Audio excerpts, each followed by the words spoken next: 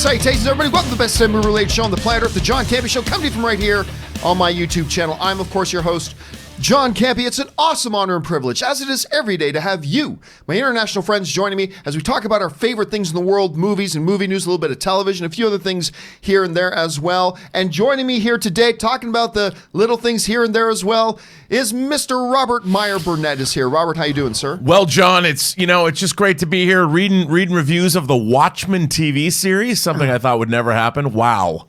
Yeah, they're across the board. I'm reading some people saying that it's like that's going to be your new TV obsession, but then some people writing, it actually kind of falls short. So I'm curious to see it myself. I mean, I hate watched The Leftovers for 3 seasons, and it was one of the best hate watching shows ever. Then you hate watch that one about the plane. That's Manifest. But that's Leftovers was a joyful hate watch. Manifest is an annoying hate watch. There can be different kinds of hate watches. So I'm looking forward to hate watching Watchmen. I don't know what kind of a hate watch it's going to be, but I'm looking forward to it. Well, I've got hope for it. I'm thinking it might be all right. Listen, guys, we do have a bunch of things that we're going to be talking about here today. But before we get into our main topics, there are a number of significant things off the top here we're going to talk about. And we're going to get things started here with this. The first thing that we need to talk about is the fact that I went to go see the new Maleficent film last night. Maleficent, Mistress of Evil. Now, of course, one of the big bad things about the first Maleficent was that they were promising us it's a movie about the villain, but she was just a misunderstood good guy. So then they doubled down with Maleficent, Mistress of Evil. Ooh, the Mistress of Evil. She's just the good guy again. Don't be fooled by the title. She's just the good guy again, so that's fine, whatever. I did not like the first Maleficent film. I thought Angelina Jolie was great, but I thought the movie was wanting. I felt that the trailers for this new one looked pretty promising. So I went to go see Maleficent 2 last night, and I'll tell you this movie is an improvement over the first one. It is. To me, this is a better film than the first one. That said, it's still not great.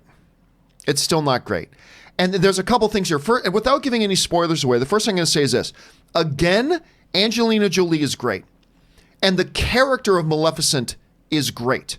Whenever she was on screen, her lines were charming and funny and dread-inducing when they needed to be dread-inducing. You were at one time giggling along as she would say things that would make the audience laugh. And in the next moment, you're like, oh crap. Like when she was getting pissed. Every time she was on screen, the movie was working. However,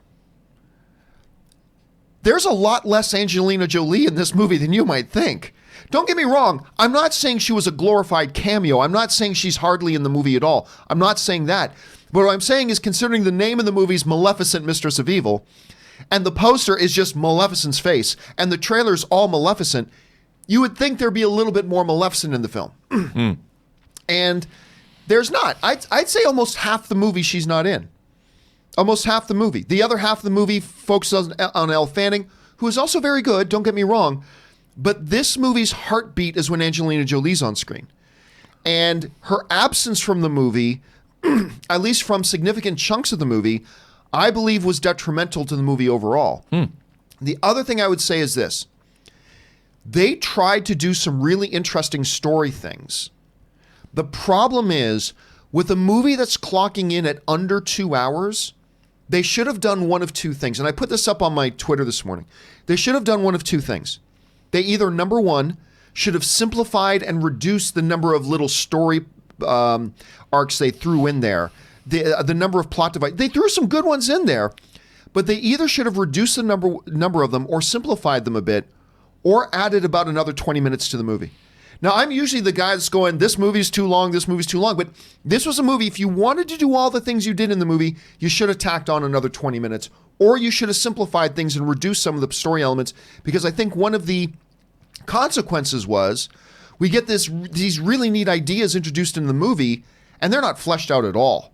They're just immediately brought to fruition, and that was kind of a shame. That especially stands true for me with the Dark Fae. Now, of course, we see in the trailers that the Dark Fae is Maleficent's own race. She's got her own, there's a race of her people out there that she discovers. And it's just very quickly introduced. A couple of the key characters. Chiwetel Ejiofor is criminally underused in this movie, because I'm a huge Chiwetel Ejiofor fan. Me too. And when he's in it, he's great. And his dynamic with Angelina Jolie was great, but there's only a couple of very precious minutes of the two of them on screen. So they either should have simplified or stretched out the movie a little bit to give it a little bit more room to breathe. So at the end of the day, is Maleficent 2 a bad movie? No, I'm not going to say it's a bad movie, but I'm not ready to say it's a good movie either. It's an improvement over the last one, but considering your main strength of this film was Jolie, they should have had more of her in it and more of the lead character. And they should have either simplified the story a little bit, which I think would have been to its benefit, or given it a little bit more runtime, which I also think would have been to its benefit. Elle Fanning's nice. Michelle Pfeiffer is always Michelle Pfeiffer, but I wasn't thrilled with the kind of one-dimensional bit of script they gave her. She was kind of a one-dimensional character. The effects were nice. Some good effects, some cheesy effects, but that was fine. It did feel very much like you were watching a visuals fairy tale. And I missed that a little bit from the first Maleficent. And this one really did a better job of making you feel like you're watching a visual storytelling of a fairy tale. And that felt kind of nice.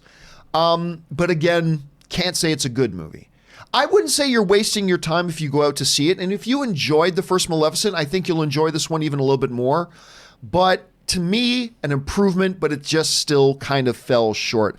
You're hearing me talking about, Rob. Is any of this surprising you? Hear me or no? But I keep thinking that Maleficent is now part of the MCU because after all, an Eternal is an Eternal. That's right. So maybe Maleficent, she's really a dark fae. She's a dark fae that you find out's a celestial. So I'm looking forward to that. But I think like you said, I like the fairy tale quality interests me. And I like her performance as Maleficent. And like you said, the first one wasn't great, but I enjoyed it. I don't expect much from this movie. I'd like to enjoy it, though. Did you enjoy it? I mean, did you like the experience of watching it? There are moments I did. Particularly when Jolie was on screen. Right. And actually, remember in the first one, she's got that little sidekick dude who turns from a human into a crow and back and forth. He's got a bigger role in this one than he did in the last one. And honestly, when him and Maleficent are interacting, it's very charming. Well, that's good. But not enough, And so there were moments I found myself really enjoying the film, and then moments I found myself going, when's Maleficent come back on screen? Is she coming back on screen soon? Like, did she just run out for something for a minute? Should I wait? Right. How's Michelle Pfeiffer? Again, the performance she gives, she's Michelle Pfeiffer. She's Michelle Pfeiffer. She's great. But the character she was given is so brutally, painfully, and obviously one-dimensional that I kind of got tired of when she was on screen. And through no fault of Michelle Pfeiffer's. But yeah, so I walked out a little bit disappointed because the trailers had really sold me. I really believed this was going to be a lot better, and it is an improvement in my opinion. But it still didn't quite get there. So if you feel like you want to go see this movie, I didn't dislike it to the point that I would tell you don't go see it. If you're on the fence about it, I'm not sure I could tell you I recommend it either. So, it's funny, with all the great stuff that Disney does, the Pixar stuff has been magnificent. The stuff they do with their MCU is great. They have struggled with some of their Disney pictures proper lately. Because despite the fact that I loved Lion King, it got a mixed reaction. Mary Poppins wasn't any good, in my opinion. Dumbo was not any good, in my opinion. Wrinkle in Time was not any good, in my opinion. Nutcracker was not any good, in my opinion.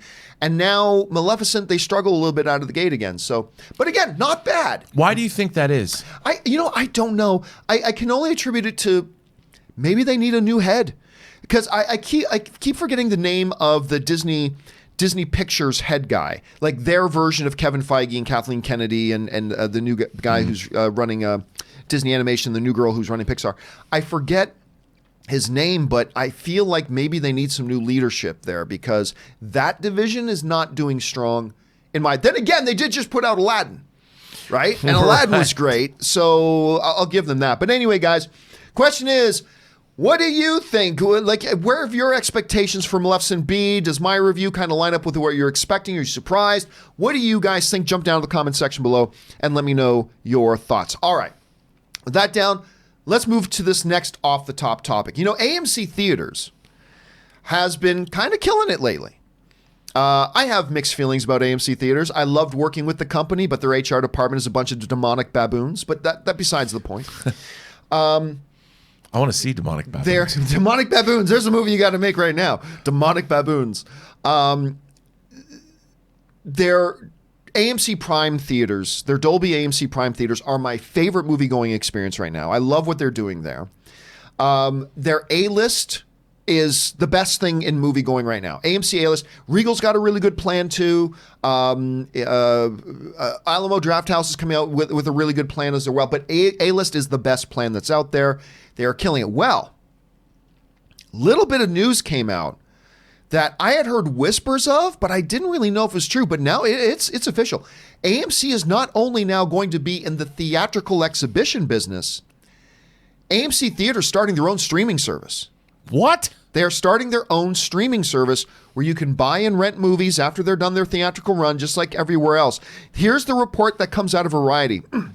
Adam Aron, AMC's president and chief executive, said that the AMC Theaters On Demand, that's going to be the new name of the new service, will offer about 2,000 films for sale or rent after their theatrical runs, much like Amazon, iTunes.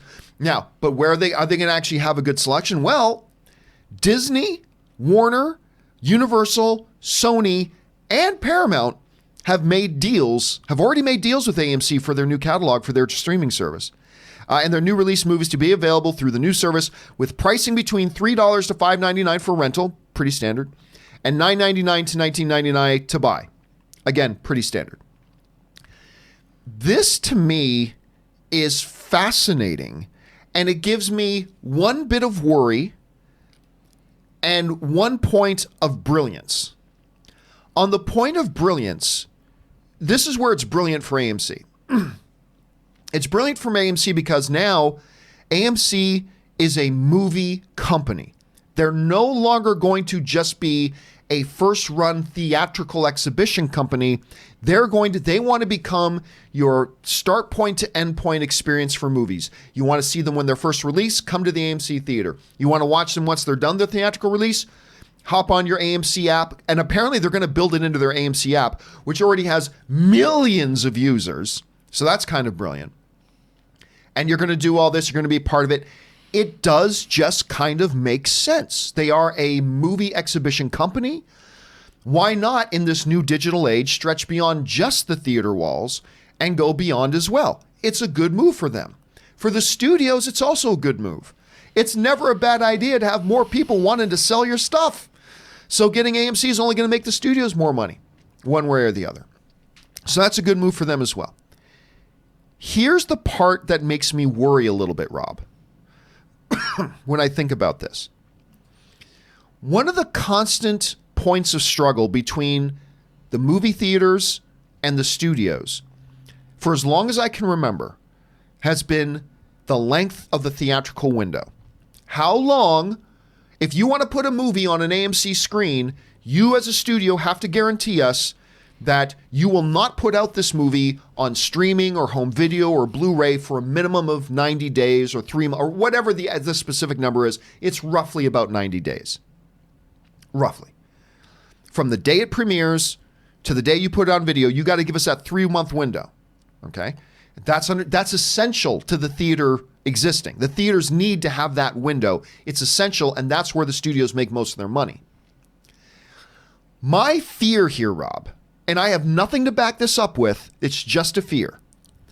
My fear here is that there might be a little bit of left-hand, right-hand sharing here.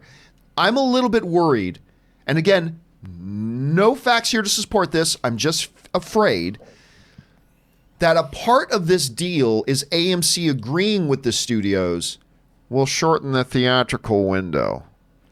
You give us the rights to all these movies that we can sell, we'll shorten the theatrical window. Now, again, there's nothing in this report that says that. What's the phrase? Quid quo pro? Apparently, there is none of that going on. It's just an agreement for them, and it's good for the studios. It's good for AMC. But my one little fear Because shortening the theatrical window, I believe, would fundamentally damage the movie-going experience. I really think that. So I hope there's none of that going on. The report doesn't say there is, so maybe we're all safe. But that's my thought. Rob, you hear about AMC getting into the digital streaming business. What are the things that pop to your mind? Well, first of all, you just told me about this. I just learned about this. But my first impression to deal with what you just said, I think it's actually probably could be a great thing. Because, and I'll tell you why. So you've got a new movie, right? A new independent movie, maybe a movie like A24's The Lighthouse that might not go into an AMC theater because it's more indie vibe, whatever. But if there's a theatrical window of 3 months, say 3 months is a theatrical window, and AMC gets a movie to show like an A24, like The Lighthouse, a movie that you might hear about but aren't going to necessarily roll out and see in a theater. If the AMC app makes it so you can rent it for $6, that gets rid of the idea of, oh, we have to pay for parking, we have to pay for exorbitant prices for snacks, but AMC is still making a little bit of money off agreeing to show that film. So now I don't know with this streaming service if they're going to keep these movies for a long period of time, but if they have movies that are in the theater and can be streamed for a certain amount of money, I think for AMC, it bolsters them as a company because they still concentrate on theatrical exhibition because, like you said, when we saw Joker, I mean, that AMC, I'm reminded how great those Dolby theaters really are. They're really exquisite. So you still want to go to the theater, but there's a lot of movies that I'm like, I can't be bothered. I kind of want to see it, but I'll see it later. But if I could watch it for $6 while it's out in the theaters that's not what they're doing. That's not what they're doing. Are we sure? Yes. It said specifically in the report. So let me just bring it up again. It said specifically in the report, they have made deals with AMC for a catalog of new release movies to be available through the new service with pricing, or where it says, yeah, there it is, up at the top. Theaters on Demand will offer about 2,000 films for sale and rent after their theatrical runs. Right, okay. But what I mean is, they won't stream while it's in theater. But if a movie's only making money for, say, a month, and their theatrical window is 3 months, then what I was thinking that AMC then could make a movie available if they're taking it out of theatrical exhibition, they could then for the remainder of that theatrical window be streaming it and making money as opposed to losing money because it didn't do as well theatrically as possible. They couldn't, because then that would violate the agreements between the studios and all the other theater chains.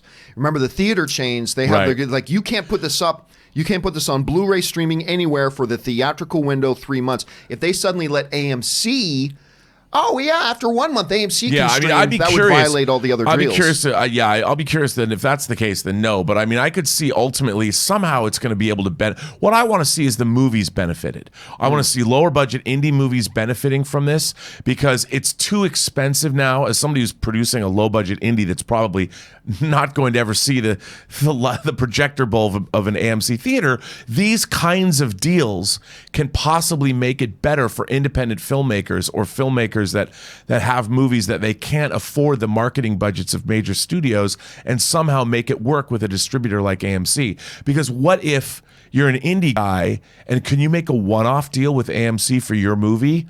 It'd be interesting to see. I don't know. It would be great. I don't know. It would be great. I think there's a lot of possibilities here, so we'll have to wait and see. Guys, question is, what do you think about this news? Does it just make sense that they're getting involved there, or do you think there maybe should be a little bit of a church and state separation between the theatrical exhibitors and then online streaming? I think the stream should cross. Maybe you guys don't. Jump down to the comment section below and let me know your thoughts. All right. One last thing to get into off the top here, and that is this. One of the big topics of conversation, particularly surrounding the Disney and Fox deal ever since it was announced, was what's going to happen with Deadpool? And there's been a lot of back and forth.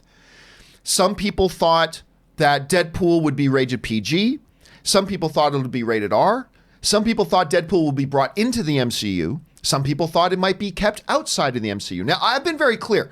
My personal preference here is to make him rated R and keep him outside of the MCU. That's my preference. I think he would do much better outside the MCU. That's just me, keep it rated R, because I have my doubts that Lord Bob Iger is going to allow Deadpool to be in the MCU and have R-rated material. He's talked about that openly before, so I have my doubts. But, there's been a lot of talk and everything. Well, the two writers of Deadpool who work with Ryan Reynolds on a lot of different movies, but they're the Deadpool writers, Rhett Reese and Paul Wernick. They were recently interviewed, and the whole topic of Deadpool came up and about what his future is. And they clarified where things are at right now, which still leaves things a little bit blurry. Here's what Paul Wernick said. He's one of the two writers. He said this: I think the party line and the truth is we're still trying to figure it out. Marvel has promised to continue to let us play in the R-rated Deadpool universe. Okay, so it sounds like Deadpool's going to be rated R. And the hope is that they will also let us veer into the MCU a little bit as well and play in that sandbox. Our feeling and Ryan's feeling is that it's got to be the right idea. It's got to be great. I think once we collectively agree what that idea and great idea is, we'll be off to the races. Ryan's super busy. We've got a lot of projects lined up, but we wake up thinking about Deadpool and we go to sleep thinking about Deadpool. And that, of course, is from one of the Deadpool writers, Paul Wernick. I had Paul Wernick and Rhett Reese in my studio once. So they're wonderful dudes. Yeah. A lot of fun to talk to. But he basically says where I think things are going to go, but I don't know. Number one, Marvel has assured them they will let Deadpool be rated R. Whew, that's consistent, by the way, with what Bob Iger had said previously. He said, I don't see, hey, as long as we keep brands separated, I don't see why we can't let people be rated R. So apparently that is what they have assured the Deadpool writers. Deadpool's going to be allowed to be rated R. But what is still up in the air is about whether or not he's going to be in the MCU. Because he says, yeah, we've been promised this, and we hope they'll let us play a little bit in the MCU, Sam. So it sounds like that's still up in the air. It really does sound like they haven't made any firm decisions yet about Deadpool and what they're going to do with them and all that kind of stuff. So hearing that sounds just pretty consistent with what we've been hearing so far.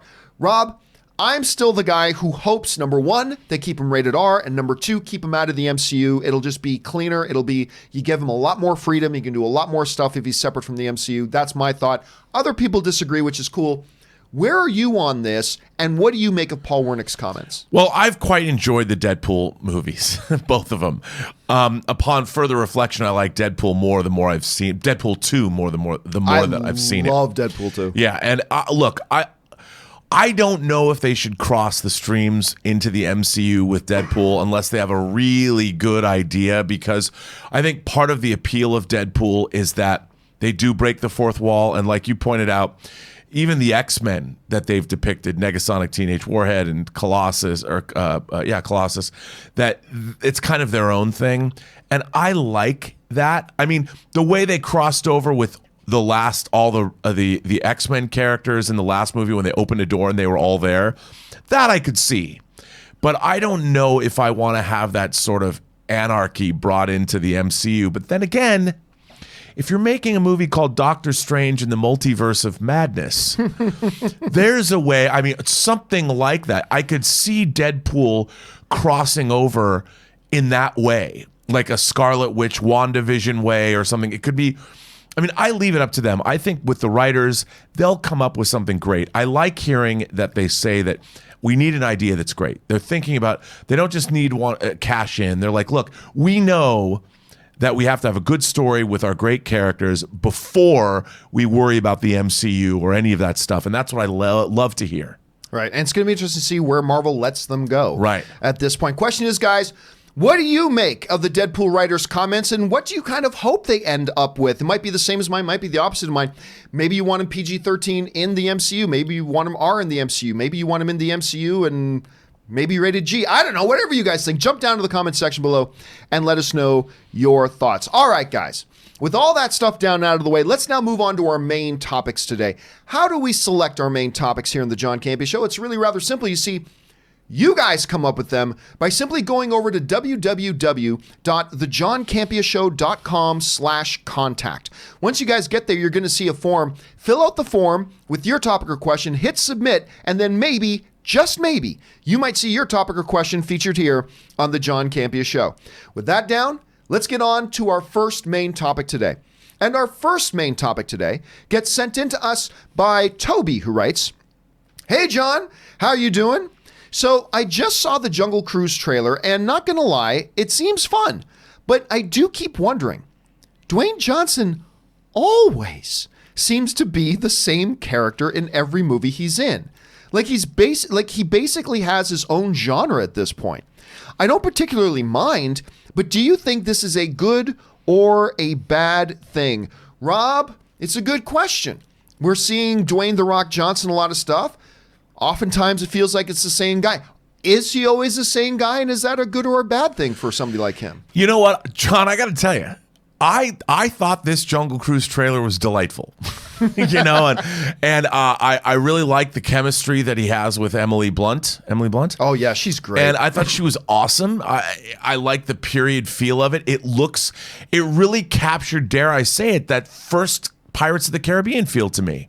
Like, how could they make a theme park ride into something that I'm interested in seeing, much less the Jungle Cruise that might have been cool in the 1950s when they opened Disneyland, but now the Jungle Cruise leaves me a little cold, I'll be honest. But I watched this movie and I'm like, okay, now here's how I feel about Dwayne "The Rock" Johnson. As a child, well, as a teenager of the 80s, when I would go see a Schwarzenegger movie, whether it was Commando, which rules to this day, or even a movie like Red Heat or The Running Man. I mean, Arnold Schwarzenegger was kind of the same dude in every movie. But if he was in a movie that served his strengths, like Commando, when he's throwing like table saw blades at people, at dudes, and taking them out, I'm all for that. Like, Schwarzenegger could be in Paul Verhoeven's very expensive Total Recall. He could be in a lower budget action film like a Commando. He could do a movie in a bit of respectability of a comedy like Kindergarten Cop. And he basically was the same dude. But I liked Kindergarten Cop. I liked Commando. I liked Running Man. I liked Red Heat even, which is not a great movie, where he's playing a Russian, but I liked it. So I think there's nothing wrong. I think Dwayne "The Rock" Johnson knows what he is. He's very understanding. He's not trying to stretch as a thespian. You know, he's not trying to do the world according to Garp when, like, Robin Williams did a great turn as a dramatic actor. I think he brings something to the screen. He knows what it is. He's comfortable with what it is. He works hard, and he brings us joy. And I think I'm all for that. If he's going to be a different variation of Dwayne "The Rock" Johnson in every movie, I have no problem with that. As long as the movies, he chooses great collaborators for the most part. He has good co-stars. He allows his co-stars to shine. And he seems to be having a good time. And I think it's infectious. And what's wrong with that? Yeah. Where can you go? Look, here's the thing about Dwayne Johnson. I will say this. Number one, he's not always the same guy, but he is often the same guy. Right. Similar genre. I would refer people particularly to 3 movies that I would refer people to. If you really want to see Dwayne Johnson able to do other things, number 1 is Pain and Gain. Yes. I actually quite liked him in Pain and Gain. I love that movie. He's in another movie that I really like that it might actually be my favorite actual performance of his, which is called Snitch, where he plays the father of a kid who gets in trouble. Really like that movie a lot. Then he's got another movie where he's a very different type of character called Faster. Not to be confused with Fast or Fast and the Furious. It's called Faster. But it's actually really quite good. And he is a different kind of character in that. That being said, admittedly, he is quite often just Dwayne "The Rock" Johnson. Sure. But there's method to that madness. Look, Dwayne Johnson knows that's what the people want. The people want The Rock. The people want the people's champ. That's what they have fallen in love. The audience has fallen in love and grown accustomed to trusting that when we go see a Dwayne "The Rock" Johnson movie, we're going to get that Dwayne "The Rock" Johnson charisma. We're going to get that Dwayne "The Rock" Johnson charm. We're going to get that Dwayne "The Rock" Johnson smile with those perfect teeth of his. We're going to get Dwayne "The Rock" Johnson flexing his overly huge muscles. We're going to get Dwayne "The Rock" Johnson. He knows that's what people want. And so those are the movies that they make. And he knows he's only got a limited amount of time that he can do these. Like, Dwayne is in his mid-40s now. So it's not like the clock is running out, but he knows he has a window of time that he can be all these things. So he's cranking them out right now. And why not?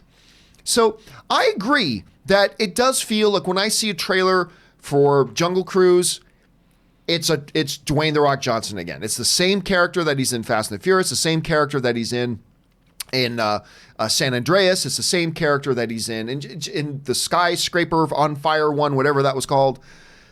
He's the same guy, but that's what people are looking for. Is he capable of more?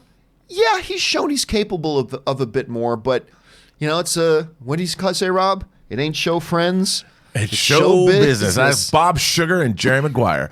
But here's the thing, what I like about him is whether he's off screen, whether he's on the Graham Norton show, whether he's talking about his Samoan heritage, he loves Samoa, where he's from. He put that in Hobbs and Shaw.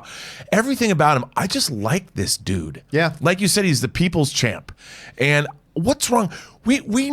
Hollywood needs a reliable leading man who's bringing us. You know what? When I think of Dwayne "The Rock" Johnson, I think of my handful of popcorn, stuffing my face with a smile on my face, watching his smile on his face, doing some outlandish stuff. Like, I hate to say it, but I really like San Andreas. I like San Andreas. I like my earthquake movies, and even when he's in a movie that I have not seen, Skyscraper, but one day I will catch up to it. I've liked him in almost everything he's in. Central Intelligence, I really like Central Intelligence. It's just watching him.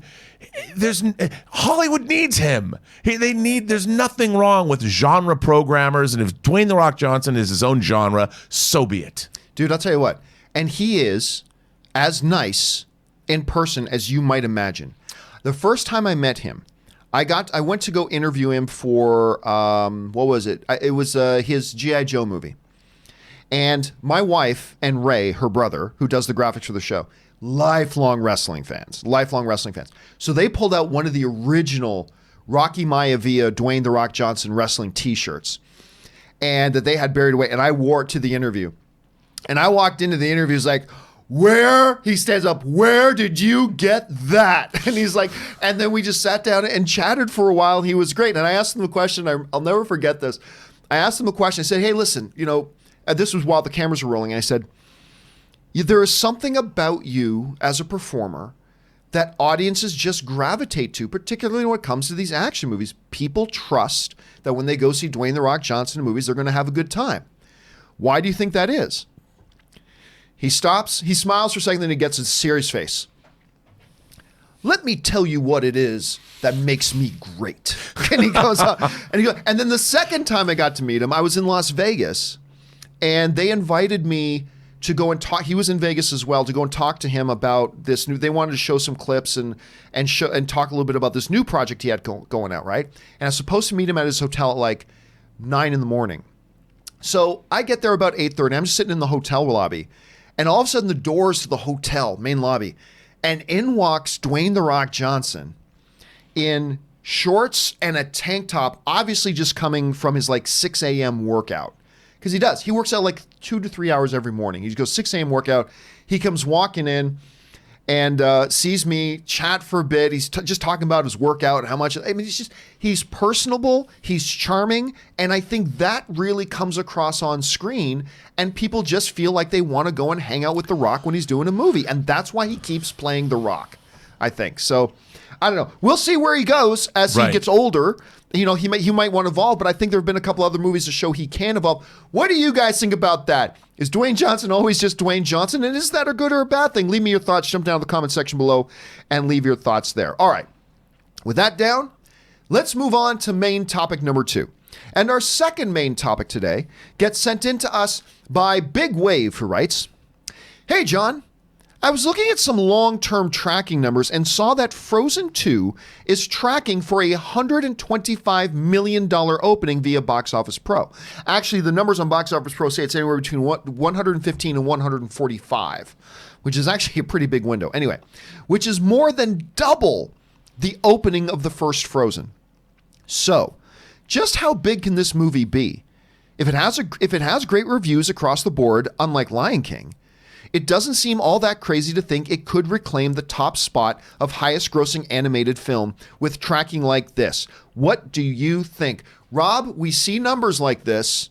We know that the first Frozen opened at around 65 million, something in that neighborhood. Went on to join the $1 billion club and for a period of time was the highest grossing animated film of all time.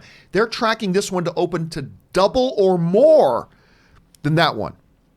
Do you think that pretty much automatically dictates that this is going to retake that throne of number one, animated box office film of all time? Well, I wouldn't bet against it. I mean, the first Frozen was a genuine phenomenon.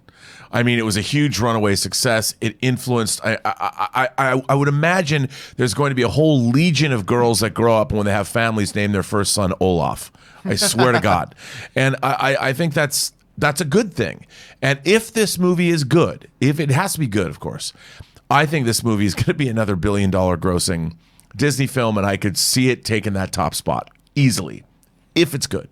Well, I think there's a couple things to keep in mind here, too. That first one, yeah, this is open to double what the last one did, but keep this in mind. The last one kind of came out of nowhere. Right. Like, when it opened to 60 plus, that was already considered big for it. But not a lot of people. But then came maybe the best stroke of marketing in the last decade. Let It Go. Disney did something that I'd never seen them do before. They released the entire song sequence of Let It Go online about a week or two before the movie opened. And it became a global phenomenon. To this day, it's one of the most viewed, like not necessarily in the top 10, but one of the most viewed videos on YouTube ever. I mean, it became a legitimate phenomenon. It was one of the greatest strokes of marketing genius ever, and word spread pretty quickly, and pretty soon every little girl wanted to go see it, and every little girl did go to see it, and then made their parents take them 9 more times. And to understand this, keep this in mind, Rob, we talk a lot about Avatar, that while it was the biggest, box office film for a long time, it kind of lost its pop cultural footprint. Like the first Halloween after Avatar saw a bunch of Avatar costumes. After that, not a lot. Every Halloween, and every time Ann and I go to Disneyland or Universal, it doesn't matter. Little girls, all the time, are always dressed like Elsa and whatever the other sister's name is. I just remember the name Elsa. That's it. I don't remember the other ones. They're Hasbro characters. So every time Ann and I walk by them and she sees more little girls dressed as Frozen, Ann goes, cha-ching. But anyway, so I mean, it has stayed very prominent. The kids still love it. But it had surprising legs because it shocked everybody. This one's going to open to double the amount at least. I don't think that necessarily means it's going to make double that the lot one does. And I still don't think it guarantees it'll make $1 billion because it's not going to have the surprise factor anymore that the first one did. Look, if I had to put money on this, do I think that Frozen 2 is going to join the $1 billion club? Yes. Yes, I do. Do I think Frozen 2 is going to become the next, is it going to overtake the top spot for the biggest animated film of all time? Don't know. Because right now, that's being held by Lion King. And Lion King is sitting at 1.6. That's pretty big. It's like the 7th or 6th highest grossing film of all time. So I don't know if it'll get there. And I don't know that doubling the opening weekend box office necessarily dictates that it will. But I'm like you, Rob, I won't put it past it. Yeah. I won't bet against it. I'm just not really sure it can at this point. Question is, guys, when you see these sorts of numbers coming up, do you think Frozen 2 is about to become the #1 animated box office film of all time? Or is it going to fall a little bit short? What do you think? Jump down to the comments section below and leave us your thoughts. All right. With that down, let's move on to the third main topic today. And our third main topic today gets sent in to us from Case Lee, who writes, "Hey, John. I was wondering if you've seen the comments made by some of the Academy voters saying they won't see Joker. Do you think it's irresponsible of them to do so? Or if they should even be allowed to vote at all if they haven't seen the movies in the running? Thanks, John. I hope you and the gang are all having a wonderful day." All right, thanks a lot for saying that in Case. And basically where this is coming from is there was I believe it was a Variety article that this Variety writer reached out to a couple of dozen of his contacts who are Academy voters. I know a few people who are Academy voters as well. But he reached out to a couple dozen of them to get their thoughts on Joker. The vast majority of them loved the film. Some of them thought, I think the film sends the wrong message. A couple of them, a number of them who hadn't seen it said things along these lines. Now, this comment was very reflective of what a lot of them says, I haven't seen the film. I know at some point I will need to see it for awards consideration, but I have no particular interest in it otherwise. So out of the ones that had not seen the film, most of them were saying, oh yeah, I'm still going to see it either because I want to, or number 2, because it is going to be for awards consideration, so I need to see it. That said, there were a couple that said, I don't plan on seeing it. There were a couple of them that said, I don't plan on seeing that. Now, that has caused a little bit of a uprise, and some people have gotten very upset at those comments, which is a little hypocritical, because if the same Academy voters were talking about a movie that those people didn't like, they wouldn't care that they said they're not going to go see it. But still, we are talking about Joker, the Golden Lion Award winner. It's going to be an Oscar consideration, all that kind of stuff. Is this a big deal if there are a couple of them who say, it's not a movie for me, I can just tell it's not a movie for me, I don't plan on watching it. I'm going to say something unpopular here, which I'm never adverse to doing. It doesn't matter. It doesn't matter. This is why it is brilliant that and why it's important that the Academy has a voting base of nearly 7,000 members. 7,000 members. If 5 people who are voting members of the Academy don't see Joker, it doesn't matter. It doesn't matter.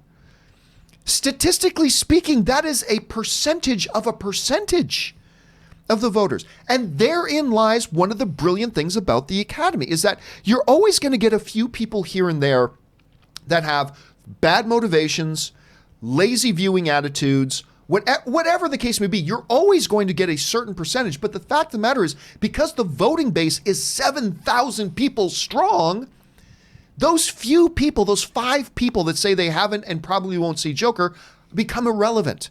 They become irrelevant. Now, it's different for something like the Golden Globes, which only has a voter base of, I think, like 48 to 52 people.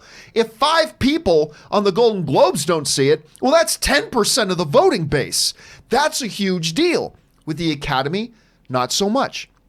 Also, understanding that there are going to be over 500 films this year that technically are going to be eligible for Oscar consideration, it's unreasonable to expect that all 7,000 voting Academy members are going to watch all 500 films. It's impossible. So some are going to watch some will watch others. There's going to be the odd film that a few people don't see. But the significance and the insurance and the safety blanket of such a large voter base immunizes the awards and the results from the fact that 5, 6, 7 people say they're not even going to watch it. It doesn't matter. It's not going to affect the overall body, and that's why it doesn't matter. Do I think those people should be punished? Well, then, if we accept and understand that not all 7,000 members can watch all 500 eligible films, then who sets the rules about which ones they have to watch and which ones they don't have to watch? So, no, I think that's unreasonable. I think that's ridiculous. I think if this was 500 members, that's one thing. But the fact of the matter is, out of like 30 plus people that this Variety guy got a hold of, 1 or 2 said they weren't going to. And he estimated overall in a follow-up piece that he's estimating right now there's maybe 6, 7, or 8 members won't see it. Out of 7,000, it doesn't matter. It's much ado about nothing. So I don't know. Rob, am I underplaying this, or should this be taken more seriously? No, I think you're not underplaying this at all. I think what people don't realize is that, look, even the voting membership of the Academy doesn't get around to seeing all the movies. We want to believe that, like, everybody who's a member of the Academy is, for the most part, well, a lot of them are retired, but there's a lot of people that are working. They're film professionals. They're film professionals. They're out there working. It's hard to catch up. It's not like they have all this free time to just watch the movies. And, you know, I'd like to think that I for the most part, I think the Academy votes pretty fairly. I mean, sometimes there's things but I think that it's not like we see a lot of things that are undeserving. And I think eventually people if Joker becomes, I mean, already with the money it's making, it's already become a zeitgeist film. But if it gets a lot of award consideration, people who are voting, they want to be in the know. They want to know what's going on because they need to be able to talk about it to their friends or fellow constituents or whatever. So I don't, like you said, I don't think it's anything to really worry about. I mean, we all are very protective of our comic book movies, and I get that, and our genre movies. I totally understand. And there's a lot of people that just aren't into comic book movies. It doesn't matter what you tell them. They have a prejudice against the genre that they're not going to suddenly get over. Maybe Joker will make them do that. But there's a lot of people that aren't going to watch Joker because they don't like graphic violence. And I'm not going to hold that against them. We're so used to being able to watch things, but there's a lot of people like my mom, if she was a voting member of the Academy, I don't think I could get her to watch Joker.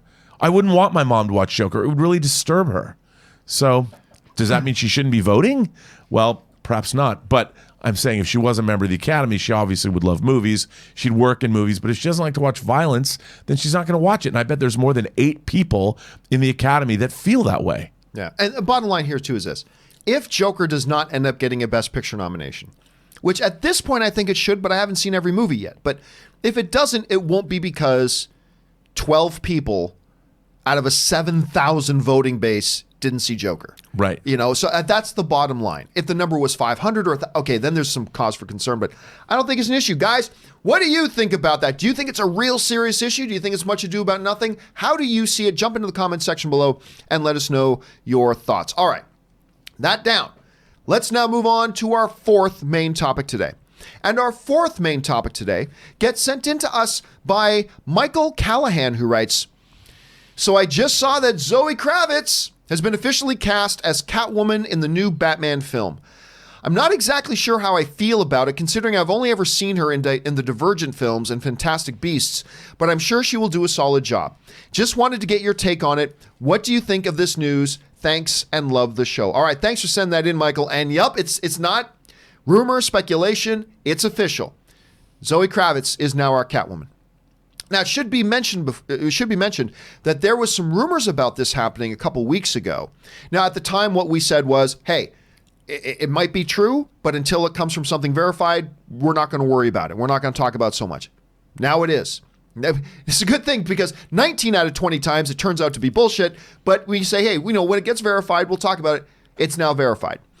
And Zoe Kravitz is it. Now, I can understand some people's apprehension about the casting of Zoe Kravitz if, as is the case with some people, you've only had a chance to see her in the Divergent films. Or maybe you only had a chance to see her in X-Men First Class or something along those lines. But as somebody who has seen her in, oh God, what's the name of the, I've just been watching it. Oh, Big Little Lies. Big Little Lies. As somebody who's seen her in Big Little Lies and Dope, she's developed. Now, here's the thing. Zoe Kravitz used to be a novelty because she's Lenny Kravitz's kid. So there's the novelty of that. And she's gorgeous. She's beautiful. And there was a novelty to it. But when you move past the novelty of Zoe Kravitz has turned into a very capable actress.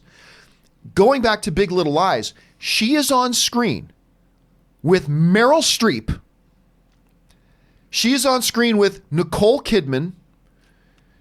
She's on screen with, I almost said Renee Zellweger, not Renee Zellweger. Laura Dern, Reese Witherspoon. Laura Dern, Reese Witherspoon. She, a dude from Parks and Rec, whose name is Sudeikis. No. I forget his name. Anyway. She is on screen with not good performers. She's on screen with titans. When you're talking Nicole Kidman, Laura Dern, the Street Monster, you're on screen with titans. And if there is the smallest crack in your game, it's going to show because you're standing beside titans who have nothing but game. Yep. And I'm not going to say she's the best part of the show, but she holds her own standing on a camera stage with titans. And if you see her in Big Little Lies, because I'll be honest, if I had not seen Big Little Lies, because I watched it because my wife was watching it, if I had not seen her in that, I don't know how I would feel about her casting. I don't know. I wouldn't necessarily be against it, but I don't know if I'd be all that for it. Seeing what she has evolved into, it's not the same level as Robert Pattinson, but just for a comparison, if they had announced Robert Pattinson was Batman after just watching the Twilight movies, yeah, I would have been very, very apprehensive. But no, we have seen what he has evolved into. He's a world-class actor at this point. It's not on the same scale, but having had a chance to see what Zoe Kravitz has evolved into, I'm not going to say she's world class, but she's turned into a very good, very competent, very solid actress. And I think she's going to bring a lot to the screen. And when you look at her and you think, Catwoman? Yeah, I get it. Now, before anybody gets all upset about, and thankfully I'm not seeing a lot of this, saying, why do they have to make Catwoman, black? Why can't she be white? Well, remember, there has been a lot of precedent already set. Back to the 60s. Yeah, all the way back to the 60s, there's been precedent for that. So I think a lot of people know that. That's why we're not seeing a lot of it. We're still seeing a little bit. But I got to tell you, look, would she have been my number one choice? No, maybe not my number one choice, but she's one of the good ones.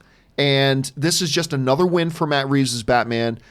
Who knows if the movie's going to be any good, but they're attaching some damn good talent on them. They're positioning themselves for success. And that's what you got to do at this point. Just position yourself for success and then see what happens. They're doing that. I like this casting. Rob, what do you think about it? I love this casting. First of all, I think she's a great actress. I love her look. I love her multi-ethnic look. I mean, somebody like for Catwoman, I think it's exotic and interesting and, dare I say, cat-like. There's a mysterious element to her. There is a mysterious element to her the way there should be. And I think here's what I've never understood. I guess because I work in the industry, and John, you've cast people. When a studio like Warner Brothers or a guy like Matt Reeves is now casting a movie like this, this is not something they just figure, let's get Zoe Kravitz. This is something that is pondered, it is contemplated, it is talked about in the highest levels of the studio. These are not decisions that they make willy-nilly. I'm sure she probably had a screen test, with R. Pats himself to see if they had chemistry. They have to make sure, just because a great actress is a great actress doesn't mean she's going to work well with your lead actor. And in a movie like this, where they're going to spend $200 million, where it's going to jumpstart another iteration of the Batman again, these are important decisions that are thought about in the highest levels of the halls of power, at least at Warner Brothers. I think it's going to be great. I think we're going to get something really special. I think they've seen what we're going to get. They know what we're going to get, and we're going to get something pretty awesome. I mean, how many times do we have to endure ourselves, our community, complaining when someone like Heath Ledger is cast as Joker? We have to hear that all the time. Every casting that comes out, oh my God. And look what we get. Well, I mean, Ben Affleck is Batman? Now, sometimes we get garbage. Sometimes, not every casting works out. Not everyone, but and I think there are characters. I think there are actors who do or do not fit other things. But at the end of the day, it's got to be okay. I like this casting, or I don't like this casting. Here's why I like it. Here's why I don't. But I'm gonna hold on to that until we see. I'm not gonna say it is a disaster until we see the movie, and then once we see the movie, then we'll make our final judgment. But I can have my feelings in advance if I think it's a good move or a bad move. But then you got to put those away when the movie comes out and then just judge it on its own merits. But I even think with this, I think she has turned into a solid actress, and I think she's going to bring something really cool to it. I really do. So I'm excited to see it. Question is, guys, what do you think about the casting of Zoe Kravitz? Do you like it? Do you not like it? Are you willing to reserve judgment? Have you seen Big Little Lies? Have you seen some other things you were impressed with her or maybe not impressed with her? Jump down to the comment section below and let us know your thoughts. All right. With that down and out of the way, let's move on to our fifth and final main topic today. And our fifth and final main topic today gets brought to us by Landon Irvin, who writes, "Hi, John. Venom's director, Ruben Fleischer, he's not directing the sequel, of course, but he did direct the first one, says that eventually we will receive a movie that crosses over Tom Hardy's Venom and Tom Holland's Spider-Man. Even with Disney and Sony making a small deal, it looks in the future we will still be getting a Spider-Man movie away from the MCU. Is this news accurate, and what do you think of the crossover?" Okay, yes, so thanks a lot for that. And what Landon is referring to is that indeed Venom director Ruben Fleischer, who I thought he did a really fun job with Venom. I enjoyed Venom. It's got its problems, absolutely, but I had fun with that movie. Anyway, this is what he specifically said. He said, that's where it's all going to lead, to Spider-Man and Venom crossing over. And that's the exciting thing, because we changed the origin of Venom. In the comics, he evolved from Spider-Man, but because of the Marvel-Sony thing, we weren't able to do that. And so the thing I think it's building towards, and will be exciting to see, is when they actually do confront each other. That comes from Ruben Fleischer. All right. Couple things to keep in mind here. Number one, let's get this stuff out of the way first. Ruben Fleischer is no longer directing Venom movies. So let's keep that in mind. Number two, that might not be the plan now. It might just have been the plan at some point. So let's just get that out of the way, that those are possibilities, okay? That he's not actually connected to it anymore. And maybe that was the plan, but maybe that's not their plan anymore. Let's just say that and get that out of the way. That said, this is fascinating. This is fascinating. And I believe sheds some light on current events and recent events about what's been going on. And, one of the things when they announced that Sony and Disney had made a new deal, a lot of people wondered, including us, why is it just for 2 films? Why is it just for one more Spider-Man movie and one more movie where he's in the MCU? And then we started hearing reports that they're actually planning a smooth exit of Spider-Man out of the MCU instead of the very abrupt one we were about to get. This seems to speak to that. Because if this is true, what Fleischer is saying, then this could speak to the idea that Sony already has their plans for Spider-Man post this new deal. Once this new deal is done, they already know where they're going to go with Spider-Man, and it is in crossing him over with Venom. And with the fact that this new deal is only 2 films, because that was one of the big questions to me. It's like, why just 2? The previous one covered like 7 films or something like that, but why just 2? And this would speak to that, if it's true. Now, again, I'm not walking the halls of Sony or Disney right now. I don't know what all the details are. We're speculating at this point. But this does seem to fit, maybe, with the facts that we have at hand. So that's got me thinking about that. Rob, you're seeing this stuff. You hear Ruben Fleischer's comments. Where do you think this is all going? Well, look, you can't make a Venom movie. You can't even bring up the character without talking about Spider-Man. I mean, you just can't. They already did. Yeah, and it made $800 million. Yeah, absolutely. And I think that this is a conversation. It's an ongoing conversation. Who doesn't want to see Spider-Man and Venom go toe-to-toe in a movie? I mean, any comic book reader does. We all know that's what we've seen it happen before in the films with Tobey Maguire. And it's just, I think it has to be part of the conversation, obviously. And I think, like you said, John, the days of making one movie and not considering what you're going to do next with superheroes are over. We have to think in terms of arcs, in terms of trilogies, in terms of shared universes, in terms of whatever. I mean, this is part of the conversation. This is how business is done now. So it wouldn't surprise me at all if they announce that the next movie after Tom Holland leaves the MCU is Spider-Man versus Venom. I mean, why wouldn't there be? Especially if the next Venom movie makes 800 plus or even $1 billion.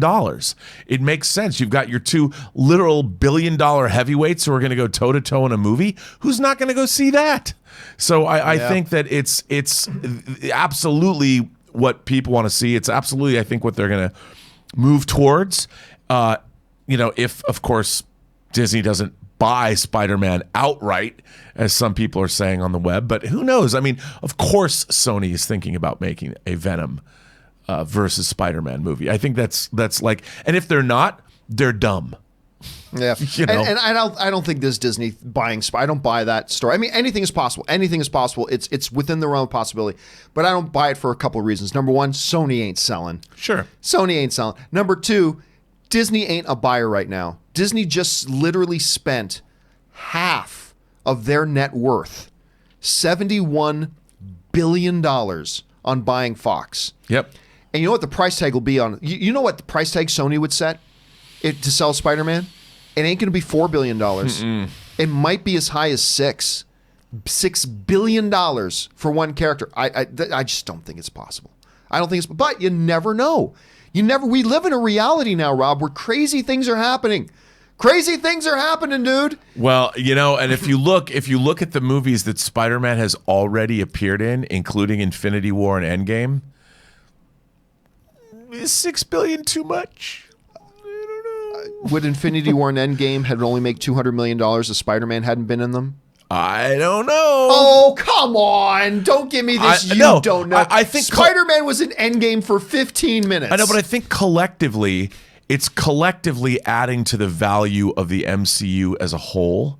And I think, look, Homecoming and Far From Home have shown an arc in terms of money earned, and they know that, okay, look, it's a huge sum of money, but it's not. I don't think it's out of the realm of possibility. No, I'll say that too. I don't think it's out of the realm of possibility. So if we wake up tomorrow and find out Disney's bought Spider-Man, I'm not going to fall over in shock. It's certainly a possibility. But if I had to put $5 on it, right, I don't think it's going to happen. $5. But hey, I'm not going to say it's impossible. Not going to say. Question here is, guys, what do you think about Ruben Fleischer's comments? Do you think that this is part of the plan? Do you think they're going to move ahead with that? I love the idea of seeing Spider-Man and Venom in a movie together. I personally love it. How would they work that out? I'm not really sure. What do you guys think? Jump into the comments section below and let us know your thoughts. All right, guys. With all that stuff down and out of the way, we're going to move on to your live questions. But before we do, we're going to take a short little break here. Give me a chance to refill and reheat my tea, stretch the legs a little bit. So if you guys will indulge us and hang in there, we'll be right back in 3.5 minutes. We'll see you then.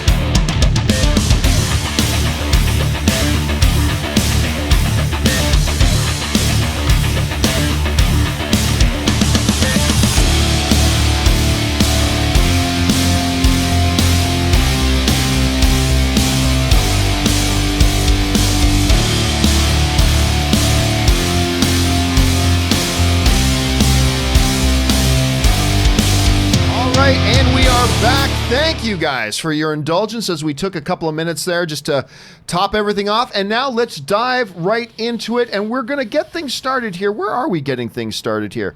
We are getting started. Oh, you know what I forgot to do? I forgot to bring up Rob. Give me a second here. Because I forgot to bring Rob up in the shot. I need to bring Rob up in the shot. If we're going to do this at all, it's got to have Rob in the shot.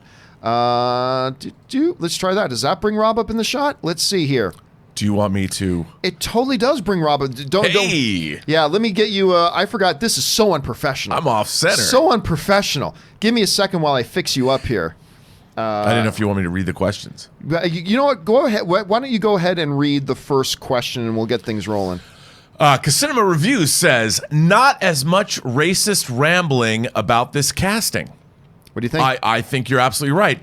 You know, because I think people understand that Eartha Kitt was one of the original the Catwomen in Batman in the 60s Batman show. And then, of course, we had Halle Berry play Catwoman in the movie of the same name. Yeah, there is precedence for this, so I think that's why people are a little more calm about it. Plus, I mean, who doesn't like Zoe Kravitz? I mean, she's great. Yeah. All right, what's next? Donaldo Martinez says, good morning, all. Rob, will you be getting Scarface on 4K today and the Daniel Craig 4K Bond collection next week? I can't wait.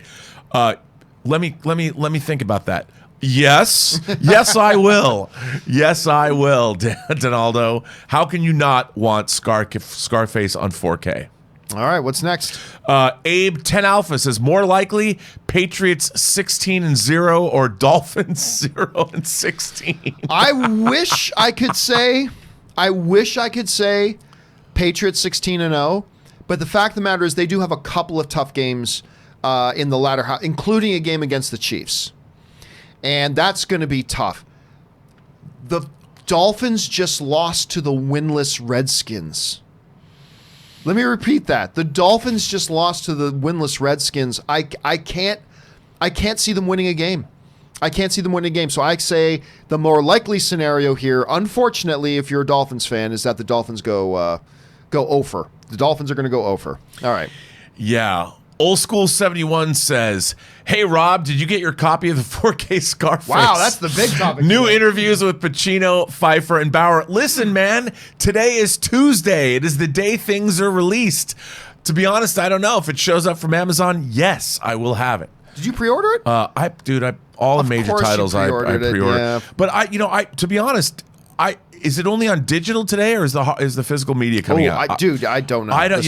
I'm more interested to see if Alan Parker's Birdie is coming out soon, and they did just ship me Angel Heart from the UK in 4K. So yay me! Well, there you go. Adam Henson says, for the next Avengers movie, how about using Dormammu as a setup villain instead of the next big bad? He's alive, there's no time stone, and arguably the second biggest threat after Thanos. Not a bad idea. Dormammu, plus we get to say Dormammu for a long time. I think it's a great idea. Is it Dormammu? Dormammu. I've always said Dormammu. Like Fing Fang Foom. Dormammu. I don't like the idea.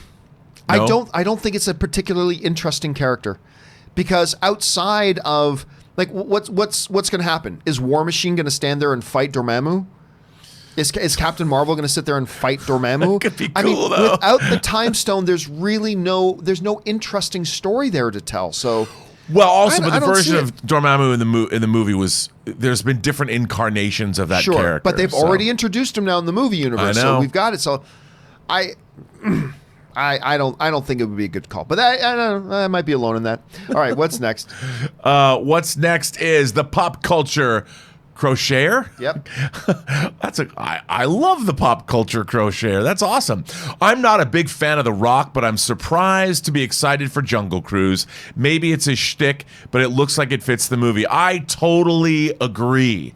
And by the way, I just pre-ordered 2 crochet versions of Kirk and Spock from, I think, Big Bad Toy Store. Of course you did. Of course you did. There's crochet Kirk and Spock. You know, the funny thing is, I'm probably the biggest fan of The Rock in this room. And I don't just mean the physical room. I mean our chat board room here, too. I'm probably the biggest fan of The Rock in this room. I'm not all that excited for Jungle Cruise. You didn't think the trailer looked delightful? No. I thought it looked so much fun. It's kind of got African Queen, a Raiders vibe. It does have a little bit of that. Look, I didn't think the trailer was terrible. I didn't think the trailer was bad, but I Yeah, I can't explain it. It just, I'm not, who knows? Maybe I'll love the movie, but right now the trailer's not exciting me at this point. All right, what's next? James Germain says, hey, John, that moment you realize that Peter Quill is this generation's Flash Gordon. P.S. Quill, Guardian of the Galaxy. That was a terrible Queen rendition. Well, it's better than I would have done. Well, I'll give you that. You're the song and dance man. I'm still like, I'm the only guy in the room that's not a Flash fan. Flash Gordon fan. What? Yeah, I'm a Flash fan. I'm not a Flash Gordon fan. Every time I say that, you have the same startled, shocked reaction. That I think you have defense mechanisms in your brain that block out that I said that. Yeah, dude. I'm actually very rare. I'm not a big fan of Flash Gordon. Got to admit. Sorry about that. All right, what's next? Tacky75 says, Rob, thoughts on Night of the Hunter? Well, Night of the Hunter is one of the great disturbing movies ever made.